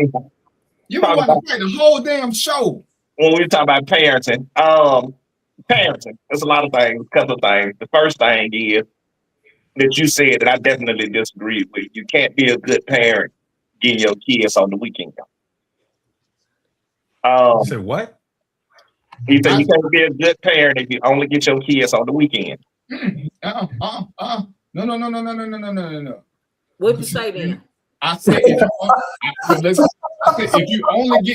if you're only getting them every other weekend, you cannot be a good parent. Not every weekend, because that's a whole lot more time. But okay, every other weekend. Yeah, if you only seeing your kids 4 days a month, nah. Hey, it's not about the time. It's how the time is spent. And if you only seeing them that often, and I hear what you're trying to say, but the average brother who doing that, one day they with grandma, yeah, maybe 2 days, cause he ain't stopping his horn if that's what he doing, cause it's all of a sudden. So no, I ain't gonna give you that, cause if you want to spend time with them, give them. But for them 4 days, they always going to see grandma, then they go play with their cousin. Why you do this and why you do that? Most dudes ain't doing that. They ain't spending no time with them. They catch them on Father's Day. They take some pictures. They go play with them. But what quality time are you spending with them? When they sick, are you there with them? When it's time to have those conversations, are you there with them? Let's be real. Most weekend parents are just there for the playtime. They ain't there for nothing serious. Because if the child is sick, I guarantee you most of them ain't picking them up no way because they sick. They sick. You don't want them when they sick. You just want them for the good times. And that's why I say that. Because that's what it's that show. Now go ahead and be mad and come on over here for the fight. No, I completely disagree. I know you said that.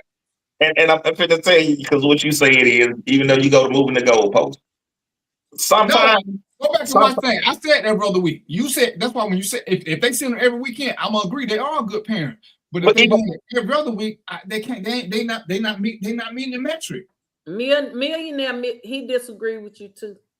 Because what you got to understand is this: with sometimes that's all the system gives them, and you can talk about it. But if the system say this is what it is, and the custodial parent is vindictive, or the custodial parents wants to stick to those guidelines, you be the best parent that you can possibly be when you get your kids.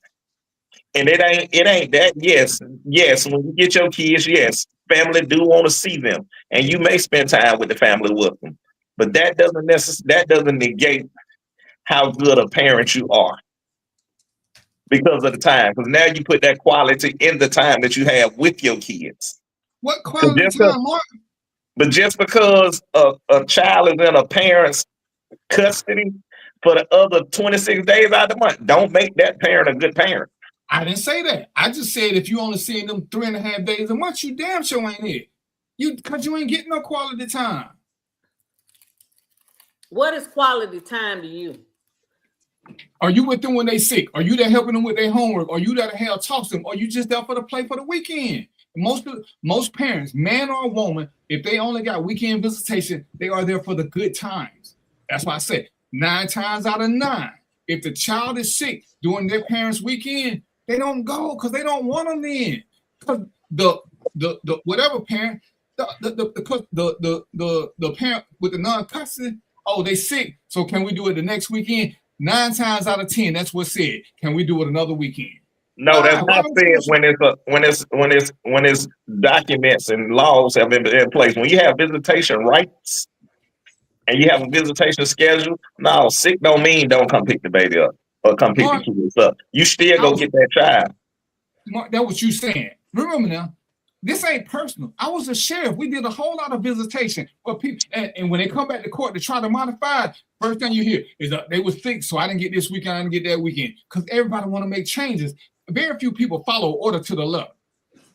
Oh yeah, but this happened. Because sometimes the mama want to get them on a different weekend, so y'all alternate. So no, but when the baby's sick, very rarely do sick kids go with the other parent. Very rarely. That look it up. They don't want to do it because they don't want to. Because now I got to be stuck in. Can't take around everybody else. You can't take around other kids because they sick. Now I got to be a real parent. I got to sit here with them, get them juice, get them some chicken soup or whatever the hell you do for sick kids. Because now you got to be responsible. Non-custodial parents are responsible.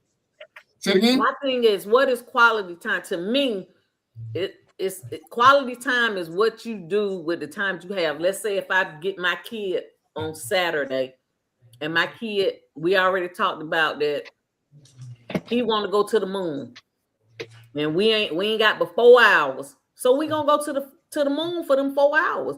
That kid is going to enjoy those 4 hours that they know they only get, and that's still, to me, that's quality time. And it is. Now, if I'm coming over your house and all we doing is looking at TV for the most part every other weekend, then no, you're not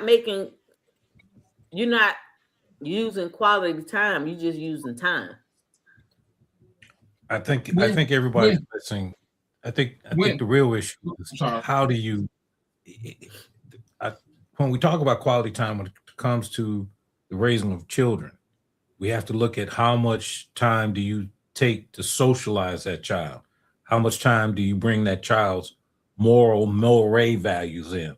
And those key pieces are when judges look at custodial, non-custodial interaction, they look at how much time do you actually put into that child's education, and that education does not mean just books or whatever else, but the education and the socialization of that child.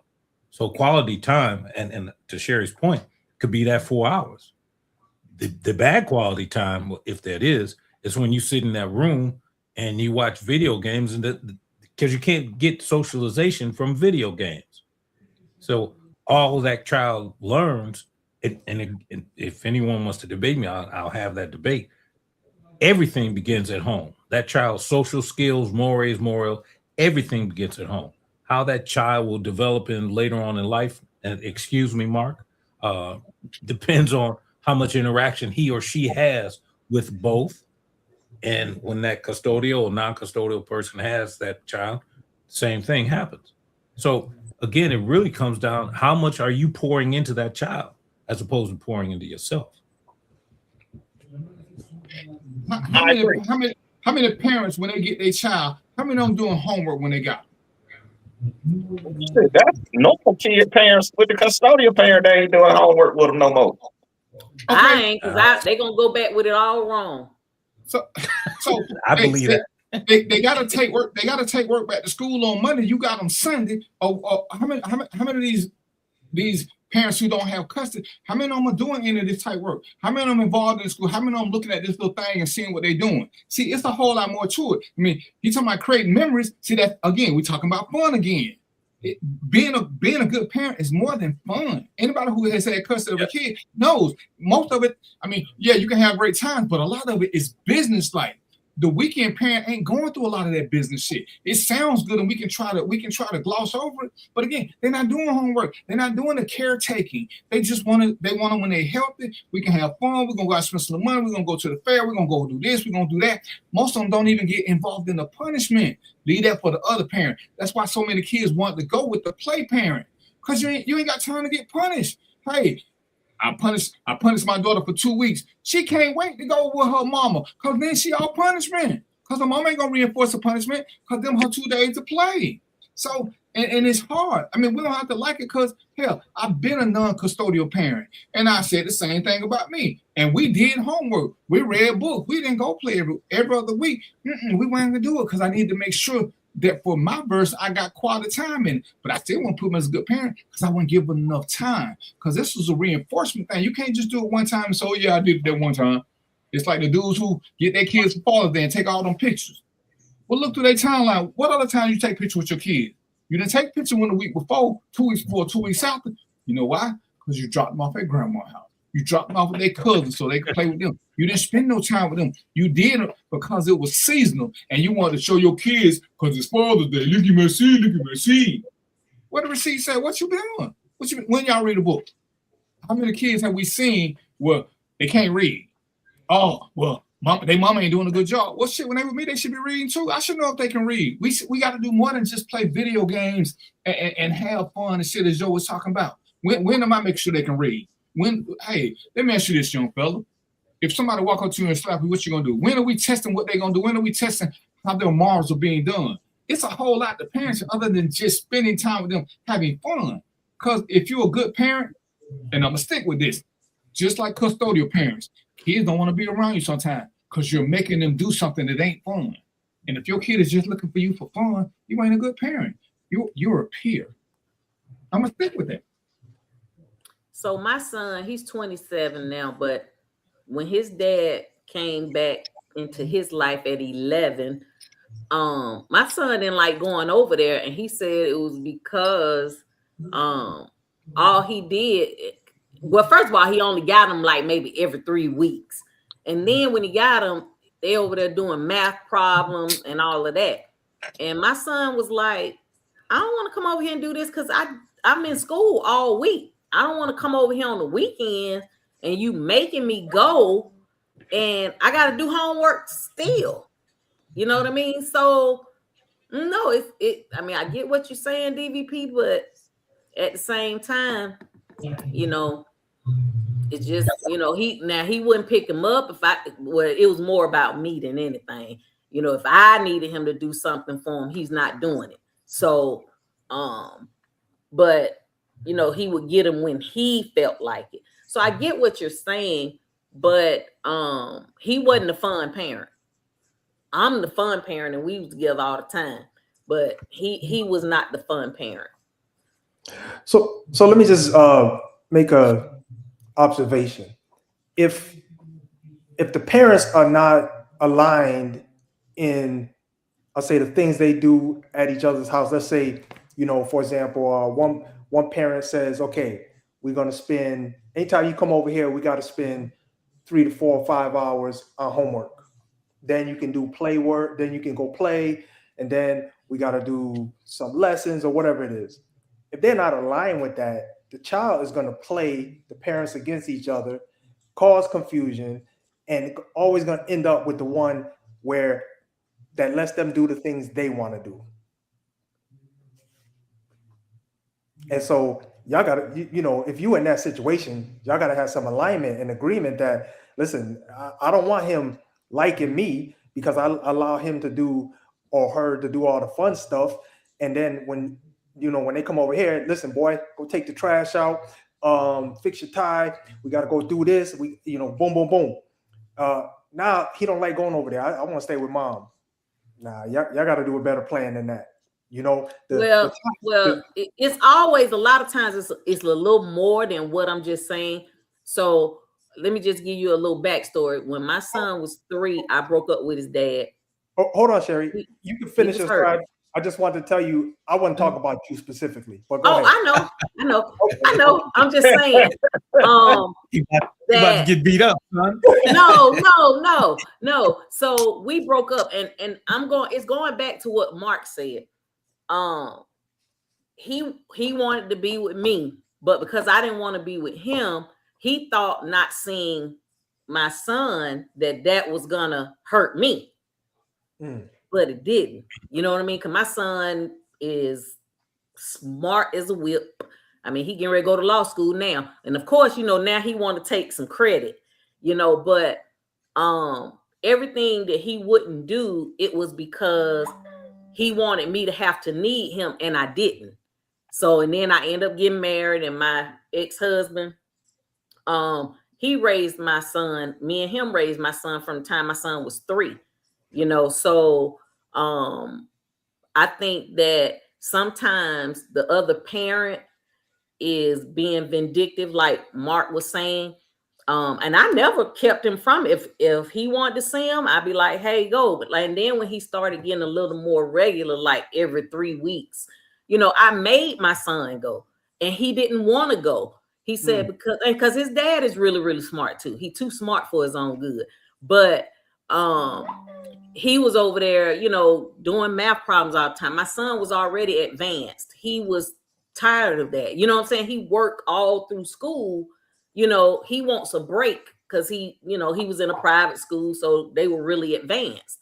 So when his weekends come, he want to chill or, you know, go do something fun, you know. So that was the deal with mine. It was more so he wasn't involved because he's trying to hurt me, and it basically backfired on him. But, you know, so I get what Mark is saying, that sometimes you have to go by what that court order says, because that other parent is giving flack or something. You get what I'm saying?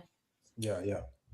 And it boils down to making the most of the time that you have with your kids. Exactly. If it's 4 days out the month, you have to make the best out of it.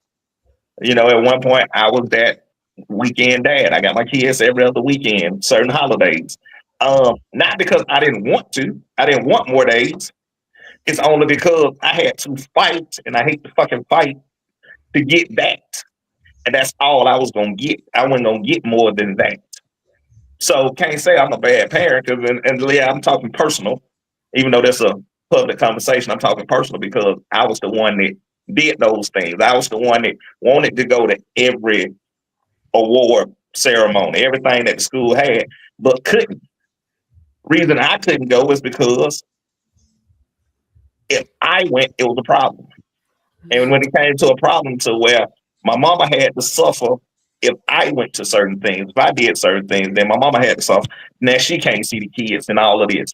So when you say, yeah, you get the kids and now you got to go to grandma's house. Yeah, because based on the situation, my mama don't see my kids until I get them. So yeah, I'm gonna go spend some time with grandma. That don't mean grandma got them because I'm there. Everybody don't just drop their kids off at grandma's house and leave. Everybody don't take them to the cousin's house and drop them off. You actually have some great parents out here that only get their kids 2 times a month, every other weekend. And I don't believe that they should have to fight to get them more than that. Nobody wants to fight. At no point or particular area in your life you want to fight. So telling somebody they need to fight for their kids is bullshit, and they shouldn't have to fight. So hold on. Let me just, somebody said that hit a nerve, and I have to say it, and he's actually right.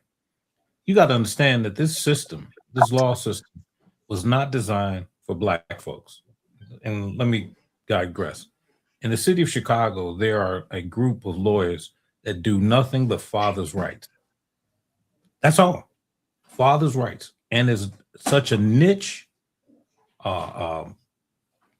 it's such a niche that has grown. So this group has not only moved from Chicago, it's in Atlanta. There's another group in Miami and one in California. But the fact is that the system does not see us as whole figures. But there's a whole domino effect. But fathers, particularly Black fathers, and I know it to be a fact because I've been to some of the courtrooms, don't get the same respect, don't get the same level of courtesy as shown to white fathers. And Mark, and let me stand in the gap and say, hey man, I apologize because I've seen it and I know it to be true. Now, on the flip side, there are great mothers like Sherry, but that's not the norm for Black men. There is a problem there. I mean, even if you look at some of the judges' decisions, some of the Black judges, some of the things that they've said, man, if I caught this guy outside, I'd beat him to death. You know, so hey man, I understand it and I respect that. But in this case, in you two's case, I mean, I applaud you both. And I don't expect me to say anything nice for the rest of the night. Hey DVP, so this is a scenario for you, DVP, because you was a sheriff, so you served. Hold on, hold on, 1 second. Now, okay. Because I don't want you to take this personal. Because I was no different. No, because I wanted to see my son more, and when I was doing mine was around the time it was like the more time a father spends with his child, the less child support they got to say. So that was the fight I had. So, and I wanted to do things. I stayed in Douglas County just so I could be close to my son because I wanted the full day Sunday so I could take him to school Monday. So I was willing to do I was going to do a lot of stuff. Yeah, I was even willing to keep the child support money where it was to spend more time. So I'm not saying because and the thing was, well, you could have fought harder. And he's right, I could have. But I realized during the fight, his mom was gonna keep saying, hey, your daddy trying to take me away. What was more important for me was for my son's mental health. Because everybody say, oh, you should have fought, you should have fought. You gotta remember, we still talking about kids. So do I want to be selfish and see my son more? Or do I want him to be mentally healthy and stay with this? Because if his mom is putting him on the spot where he got to pick between us, Mark, you know this, the fight's still going to be 6 months. So he got 6 months of brainwashing. Do I want that for my son? Or will I just step back and accept what I'm getting? Because yes, a fight. Yes, a fight. So all the things that I want to do to be a great parent, if I'm being honest, I can't do them because I don't have the time. So it wasn't a dig at nobody. I just don't have the time to do it. So if I don't have the time to do it, then I can't be it. So it was just a self-realization. Not saying that they don't want to do it. It's just that you can't do it in 4 days. You can't. If you pick them up, it's 4, 6 o'clock Friday, and they got to be back at 4, 6 o'clock Sunday, that just ain't a lot of time to get shit done. No matter how well-intentioned we are, there ain't enough time, and there ain't enough women like Sherry. Yeah, there are some mothers. We had 2 or 3 of them who, even with the court order, they never stood by the court order. Mm-hmm. If he called and want to see the kids, they let them see the kids. Money was not the issue. They want the kids to be with their dad as much as the dad can handle. They want that. And Mark, you like this too, probably. Most of us are better at making money than we are being nurturers. So we also realize that we have to give up something. Because if we're good money makers, that's just what we know best. I know how to make money. I know how to make money. So when it came to, do I want to be a full custodial parent? I had to realize I'm not a good custodian. Hell, I can't cook. So when I got my kids, I got to make sure I got a wife or a live-in girlfriend, or we're going to stay with my mama. Because they got to eat. We can't eat pizza every night. So I got to start looking at things. Because when my oldest son came to live with me, hell, I let him pick who I was going to get married because I was dating 2 women. So it wasn't a dig. It's just that the numbers won't allow you to be a good parent in them few days. Because you can't create enough. You can't create enough of the things that you need to create. Or else you won't ever have time to have fun. Because you're sitting there trying to make sure they're a good human being. You want to teach them ethics. You want to teach them right from wrong. You want to teach them not to be racist. You want to do all these little things. And you just ain't got the time. And that's all I'm saying. I ain't saying you're a shitty person. I'm just saying you can't be the best parent you could be with 3.5 days a month. You can't be, no matter how hard we try. That's all I'm saying. But go ahead with your scenario. What I was going to say is, so as the sheriff, you serve warrants, correct? Yeah. So in serving warrants, we serve papers. Just so I want you to speak politically. We serve papers. We execute warrants. Okay, you execute warrants. So when you execute warrants for child abandonment, correct? Yeah. Why is child abandonment a criminal offense that you can be arrested for, but they will not provide you an attorney? Technically, it's not a criminal offense. It's a civil offense. Technically. Where? The criminal, you're arrested. You get arrested for a lot of things. They're still not criminal. They won't go on your record for it. It's because the judge is punishing you for not following a judge's order. That's what most of them are for. So I mean, I get what you're trying to say, but all the arrests are not criminal. It sounds like it, but until you get convicted, then it's criminal. But if all you do is spend some time in the county jail, that for that it won't count. Yeah, but the arrest is still there. Yeah, but it's like if you don't come to jury duty, it ain't gonna pop up on nothing when you ever apply for a job. because there can be a warrant out for it, but it's still a civil warrant. Okay, good one. So okay, I didn't want to know that, but here's another thing. So, I sent y'all the video where ladies talking about how parenting. If a kid is successful, make it to the NFL, go to law school, all that, y'all high five the mama, give her a pat on the back, raise her up as she the best thing smoking. But when the kid turn out fucked up, why is it always because it was an absent father or the daddy wasn't there? Daddy didn't take time with the kid. Because is to me that's no different than when if the kid something wrong, the first person you blame is the mama because they're the custodial parent.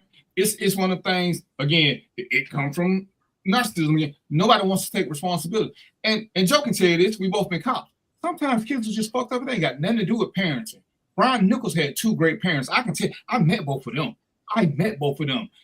His mama was one great lady. She cried. She wanted to apologize to the other mothers.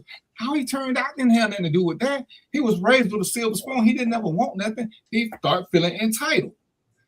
And so sometimes people got shitty kids, but we don't want to ever say we got shitty kids. It's easy for me to blame Sherry so I can make Sherry look bad. It's easy for Sherry to blame me so she can make me look bad. We don't ever just look at the kid and say, hey, maybe the kid was just fucked up from the beginning. We don't, and they doing all these little studies now, examining the brain and examining this and examining that. It's I hate to put in this category, but sometimes it's like homosexuality. Some of these people are born with these genetic defects that has nothing to do with parenting. Has nothing whatsoever. Joe, have you ever seen a serial killer come from serial killer parents? No. I've seen serial killers come from serial killer circumstances. Right. But the parents will get blamed, but sometimes it ain't the parents. It's your conditions. And that's a socioeconomic thing. Sometimes we can't do nothing about the conditions where we're stuck. But your surroundings have a whole lot more to do with who you become than your parents in a lot of situations. Because if we're honest, the streets make us more than our parents do because we spend more time in the streets and school. That's where we get our education from. If y'all was poor like me, y'all know your mom and dad, whenever they come home, they cook, then they got to go to bed. They don't have time, a whole lot of time to interact with us because they got to work 5-6 hours a week, 8, 10, 15 hours a day. So they don't have a lot to do with how we become what we become. Our circles become that. When you start running the streets with your friend, when you start running to the store and stealing candy, ain't none of us running back to, hey, mom, guess what we did today? I stole candy with Ray Ray on. Ain't none of us saying that shit because we know mama going to be mad as hell. But we doing it. And we know not to tell because we have learned that right and wrong less from mom. We know we smart enough not to tell her. We just ain't, we not strong enough not to fall into the peer pressure and do it with our friends because we want to be cool. But Sherry going to blame me. I'm going to blame her.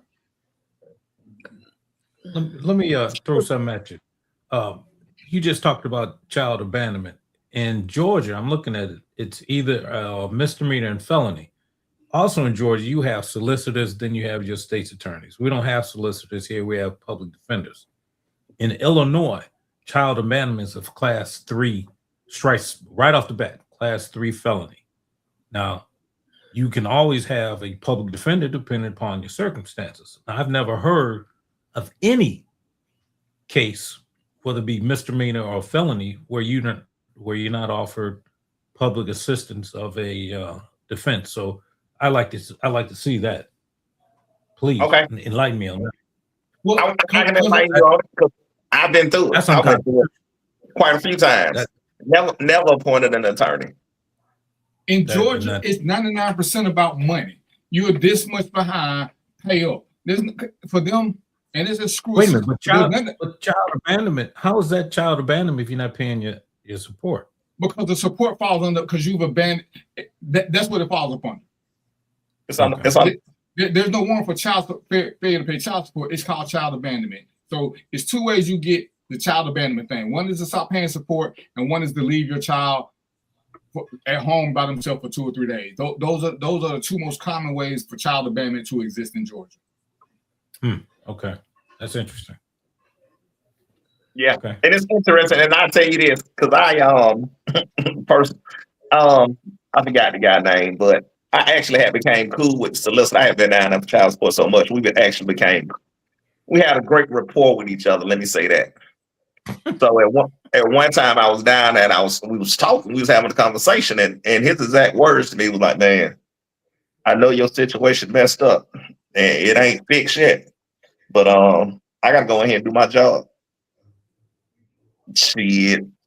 25 minutes later, they goddamn walking me out the courtroom in handcuffs. But it was a situation, like I say, I didn't have any representation. And he knew this. But he got to do his job. Now I got to try to go up against an attorney that knows the laws and these things. And a bullshit ass child abandonment warrant. You feel me? So that's one here. They would not appoint you a public defender. You go in court and you stuck by yourself. And see, this is what Soul Patrol love me, Mark, and you should have been part of Soul Patrol. Because everybody who had one of them, I would tell them what you got to do. If you can't afford it, hey, this is what you got to do. So I'll be back in 2 weeks, but start the process. Because a lot of people have, and you can't make up all that money at once, but there's a way to do it. Nobody shared it with y'all. But half of Soul Patrol had child support warrants. And I just say, man, listen. This is what y'all need to do, player. Do this, get this money, do this. Stop sending her money on the slide. That's your biggest mistake. That's how most of us got them abandonment warrants. Shooting money on the side. You can't pay the $400 you ordered to pay. Let me shoot $175. And I tell them, whatever you do in life, if you on the system, never ever pay cash. Never ever. And if you do a cashier's check, put child support on them. Don't leave that blank, because if you leave it blank, it's going to be considered a gift. So we made simple mistakes because we didn't know the system. And I tell people, that's why I stayed a sheriff. So that when people like you and Soul Patrol had a question, I could tell you how to get around what the system was doing. Because if you don't know, you don't know. So I stayed in to learn these little tricks. Hey, it's just wordplay. Yeah. Stop, everybody like to deal in cash, but go on and get them fucking people at the gas station $2.25, get your money order. But make sure you write child support. Make sure you write for it. Put the child's name. You don't care what she do with it. All you need for her to do is cash it. And you say, hey, I'm behind, but I've been trying to pay. Because you can only apply for a modification every 2 years. So you can have a good job right now. Your child support is $500 a month. You lose your job in 3 weeks. Your support can't be changed for 2 years, but you can no longer afford $500 a month. The courts can't do shit about that because it can only be modified every 2 years. And what happens with us is we get scared and won't say nothing. But if you go to the office and tell them you lost your job, they will start you an arrears package. But you have to reach out to them first. They're not going to ever reach out to you and ask you why you're not paying. But if you tell them, hey, I lost my job, based on what I'm making now, this is all I can do. And you know what they're going to say? Okay. But you know this is going to put you behind. And that's all it's going to do. It just falls into a different category, but a warrant will never come out for you for that.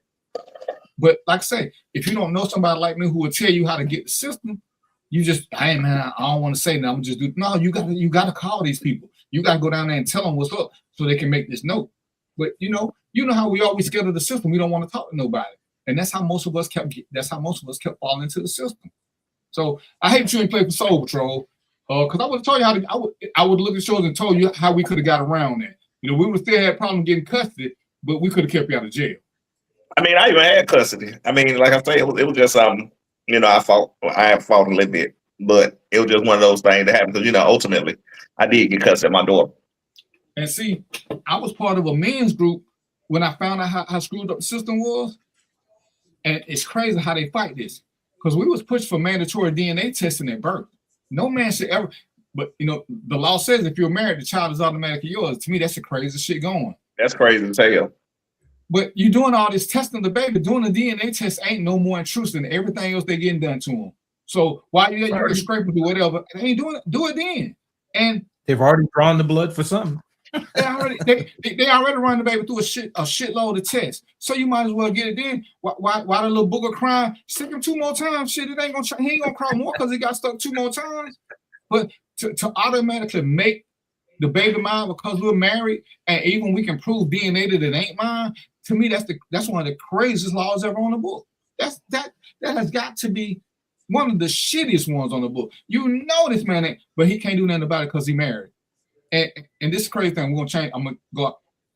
Me and Sherry can be married. We can be in a state of separation. Sherry can be in fucking New Hampshire. If Sherry gets pregnant and have a baby while we're still legally married, the baby is still legally mine. Even though she in New Hampshire living her best life with another man. And ain't nothing I can say about it. When she filed for child support, ain't but one person got to pay it. I got to go through 3 years of fighting. 3 years to get that baby off of me. So what you telling me, Sherry's a player?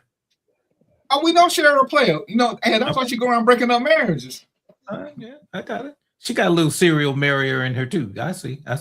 You know, by math, thought she need to hurry up and lock somebody down before she go through menopause. Yeah, he about to get jumped on. So let me get this straight. You just going about your day, and somebody come up to you and say, "Hey, congratulations, you a dad." And bucket like, number what 6. you talking about? You had a baby, man, up in Vermont. Yep. And it's yours. Yep. Yeah. We married. Sherry can send me a picture. Like, this your baby. We ain't had sex in 2 years. What that mean? We still married. Play it's your baby. I'm like, what? And ain't nothing I can. I'm telling you, it take a minimum of 2 years for me to fight this.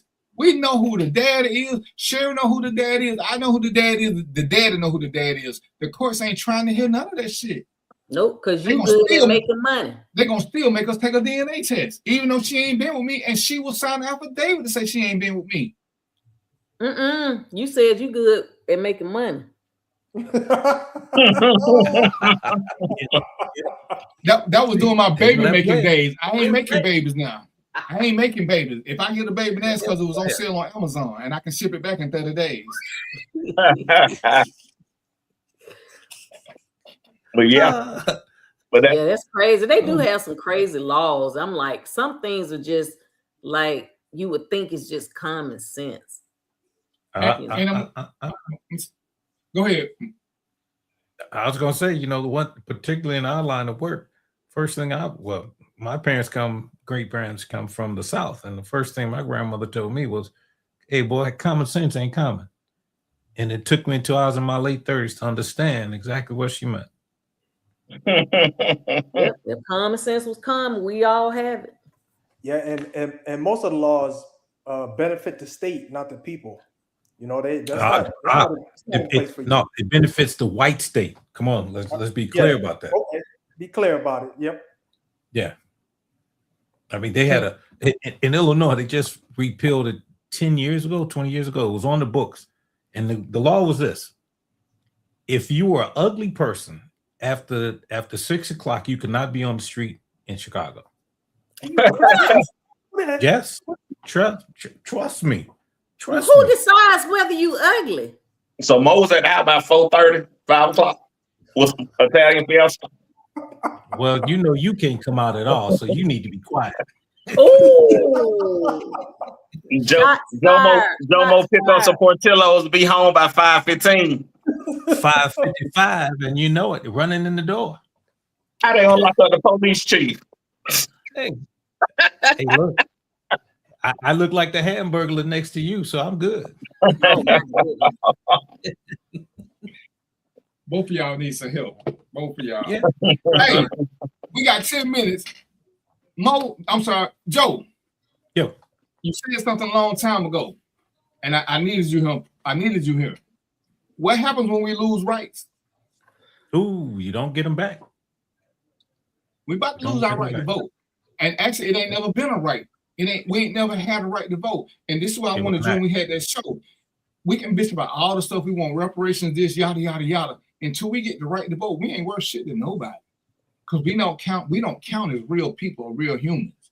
So I need for you colored people to stop asking for reparations. I need for y'all to stop and demand that the right to vote become a constitutional right, not an act that's got to be voted on every 21 years, whatever the shit is. It's got to be voted on. Right. We the only one that go through that. We the only ones. And every time I see us fighting about some other shit, it just aggravates me. This is something that we got to start pressing more and more and more. And people are like, oh, I ain't voting about, don't talk about reparations. Don't fucking vote. Demand anybody that you talking to, demand that they talk about making voting right act a constitutional right. That should be our number one demand, if you ask me. Because y'all see what's happening with the whole gerrymandering thing and all this other stuff. Joe told y'all a long time ago, and he went through a list. When we lose rights, we don't get them back. Nope. We don't get them back. So that, y'all better pay attention to what's going on and stop electing people who talking about better parks and all this shit. Make them start talking about the voting rights, adding that to the Constitution.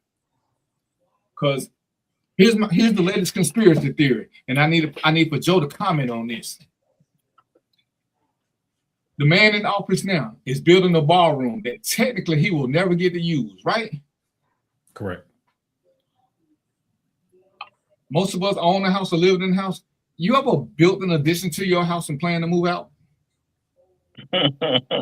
he get the Supreme Court to do shit. If they change the Constitution to where we don't have to vote, or he invokes martial law, he building a bunker. We know he don't like doing exchange of power. Is it that much of a reach that he could get his Supreme Court justice to say, hey, well, shit, we need to relook at this voting thing. Maybe we shouldn't have to do this. Maybe we should pick our own people. Because they've changed shit that nobody thought Roe v. Wade would ever be overturned. The shit they overturning was unquestioned. They're challenging what our founding fathers did. So is it really out of the question? He won't be reelected, but is it out of the question that he don't have to lead? What you think about that, Joe? Let me start off by saying this. Just because they call it a conspiracy doesn't mean it isn't. But one of the things that you often hear me refer to is history is no arbitrator of forgiveness. And here's what I mean. History don't forgive. It doesn't forget, but it doesn't forgive. I just finished a book called Separation of Church and Hate, and I would recommend that to everyone that's listening for a lot of reasons. But I'll first say this. Within our lifetime of the people sitting on this board and people listening, we just got the right to vote. Listen very carefully. White men have had the right to vote since they landed here in 1619 with your ancestors. White women got the right to vote in the early 1900s. Only white men in the late 1700s, peasants as they called them, got the right to vote. But it's always been about white men. White women, next, they decided that black folks can have an occasional right. That's why it's an act, not a right. In 1965, within our lifetime. Now, if we look at this from a historical purpose or historical lens, this actually happened somewhere else where they took people's rights and the world went to war. I'll leave it there.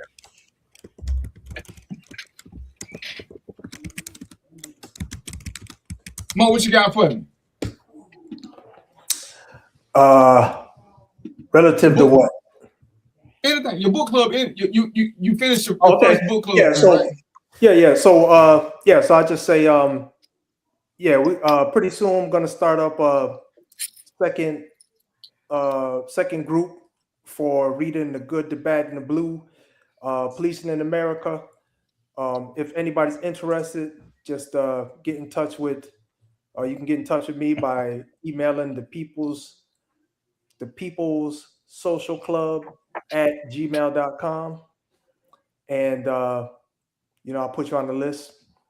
Let's see what else. Oh, and then also if you have teens, I got a second book that I think is going to be able to, especially if they're teens that are not sure if they want to head the trouble route or the good route. There's a point at which, especially as males, especially as black males, we got to make a decision. You're going to go the good way or the bad way. And sometimes maybe you start the bad way and then you switch over to the good way. It doesn't matter. But my book is about 3 black males who all took their own particular paths.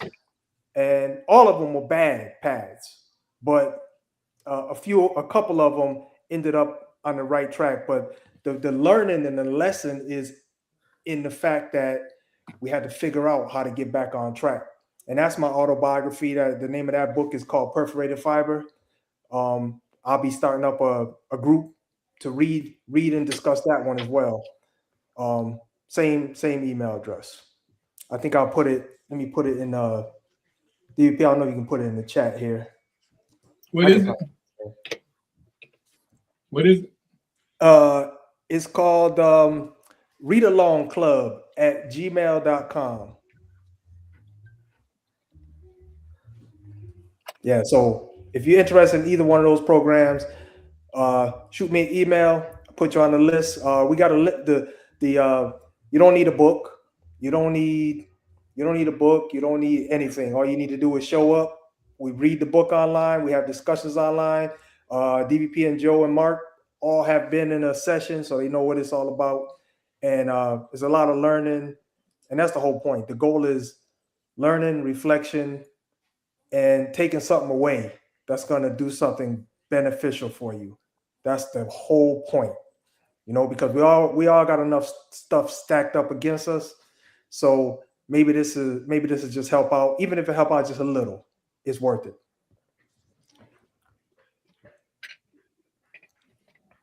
All right, so I guess we'll spend the last 5 minutes, since we got 5 of us, giving our parting words. So we all Southern gentlemen. Share what you got for us, Miss Troublemaker Extraordinary. You know what? Share. I think you should have a video for us every week.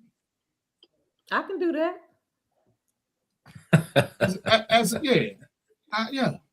Yeah. All right, what you got for us? Well, I'm just gonna leave y'all with some encouraging words. Okay. Today is a new day. Even if you were wrong yesterday, you can get it right today. God damn, Dr. Seuss. I'll be damned. So if y'all was wrong yesterday, y'all still got time. It ain't 12 o'clock yet. Y'all still got time to get it right today. Joe, what you got for us, Joe? I've been Seussified.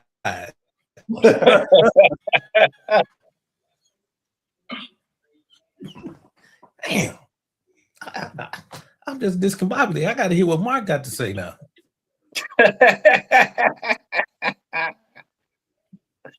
Hey, look, man, we're going to do a live show so we can box. Every time somebody say something I disagree with, we just going to square up. And how you going to do that? You just going to be hitting people in the kneecaps? Come on, man. See, there you go. Hey, you in the house. I was finna say it's not the 5, but you in the house. Shots fired. But look, please. But look, man. You don't want that. Trust me. You don't want that. But look, my part of the shots is, hey, man, be the best you can be and be yourself. Live life to the fullest. And if you can't live it to the fullest, fuck it, die. Ain't no reason to live. Damn, you ain't getting no option. You either supposed to have fun, you're supposed to die. Ain't that some shit? That's it. Damn. How the hell do I mute myself? Mo, what you got? Oh, I went already. Oh, shit. Go again.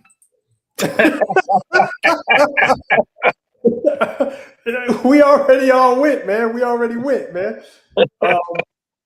Let's see. I don't got nothing else, man. That's it. That's it for me. All right, that was kind of poor. Everybody. Oh, Joe. That's right. Joe didn't do nothing. He was waiting to see what Mark said. Oh, Joe, go ahead. I'm good, brother. I just listened to Mr. and Mrs. Seuss. I'm good. Welcome back, Joseph. We glad to have Joseph back. Come back, change the rules. Hey, man, I always appreciate y'all coming. Like I said, we're going to have some serious conversations. We're going to have some fun conversations. Some of these going to hit close to home. But like I say, at some point, we just got to, I think one of the biggest measures of a human being is to be able to accept where they're wrong and start making corrections. Because most of us don't ever want to be wrong, and therefore we can never make corrections. And being wrong don't mean you're a bad person. But sometimes you got to realize, hey, me and Sherry talked for the video was funny, but shit, that's kind of the way the conversation kept going. And she kept trying to convince me that I was better. I don't know who the fuck she thought she was talking to, but I swear I thought she was talking to somebody else. But at some point, you know, it's amazing what people see in you that you don't see in yourself. And sometimes you realize she didn't have a glass on when she was talking to me. That was the problem. But sometimes it's good to have people who will challenge you and check you and correct you. Too many times we surround ourselves with people who will promote our foolish behavior and let us drive in a ditch with no remorse because they'll tell us, oh, it's the other person, it's the other person. Well, we are, right now, all of us are a result of the decisions we made, good, bad, and indifferent. You are a result of your decisions. When you make bad decisions, you just got to own them. When you make good decisions, own them. Because some bad decisions made us better people because we learned some shit. Some good decisions made us shittier people because we got away with something that we shouldn't because we didn't really know what we was doing. We just happened to guess right. You got to start learning the difference. If you want to elevate, knowing you got it right because you knew what you was doing versus when you got it right just because you just happen to get lucky. And with that, you know, if you want to, try to be better. If you can, try to be better. If you don't want to be better, despite what Sherry said, sometimes we just meant not to be shit. And when you don't want to be shit, just accept the fact that you have an ain't shit moment and live your best fucking life. But just know, freedom of speech don't come without freedom of consequences. I'm just saying. So with that being said, y'all know what it is, right? I already drank 2 drinks. I appreciate y'all. So y'all know what it is. I ain't even got my cup. But peace, popcorn, and chicken grease, and we out.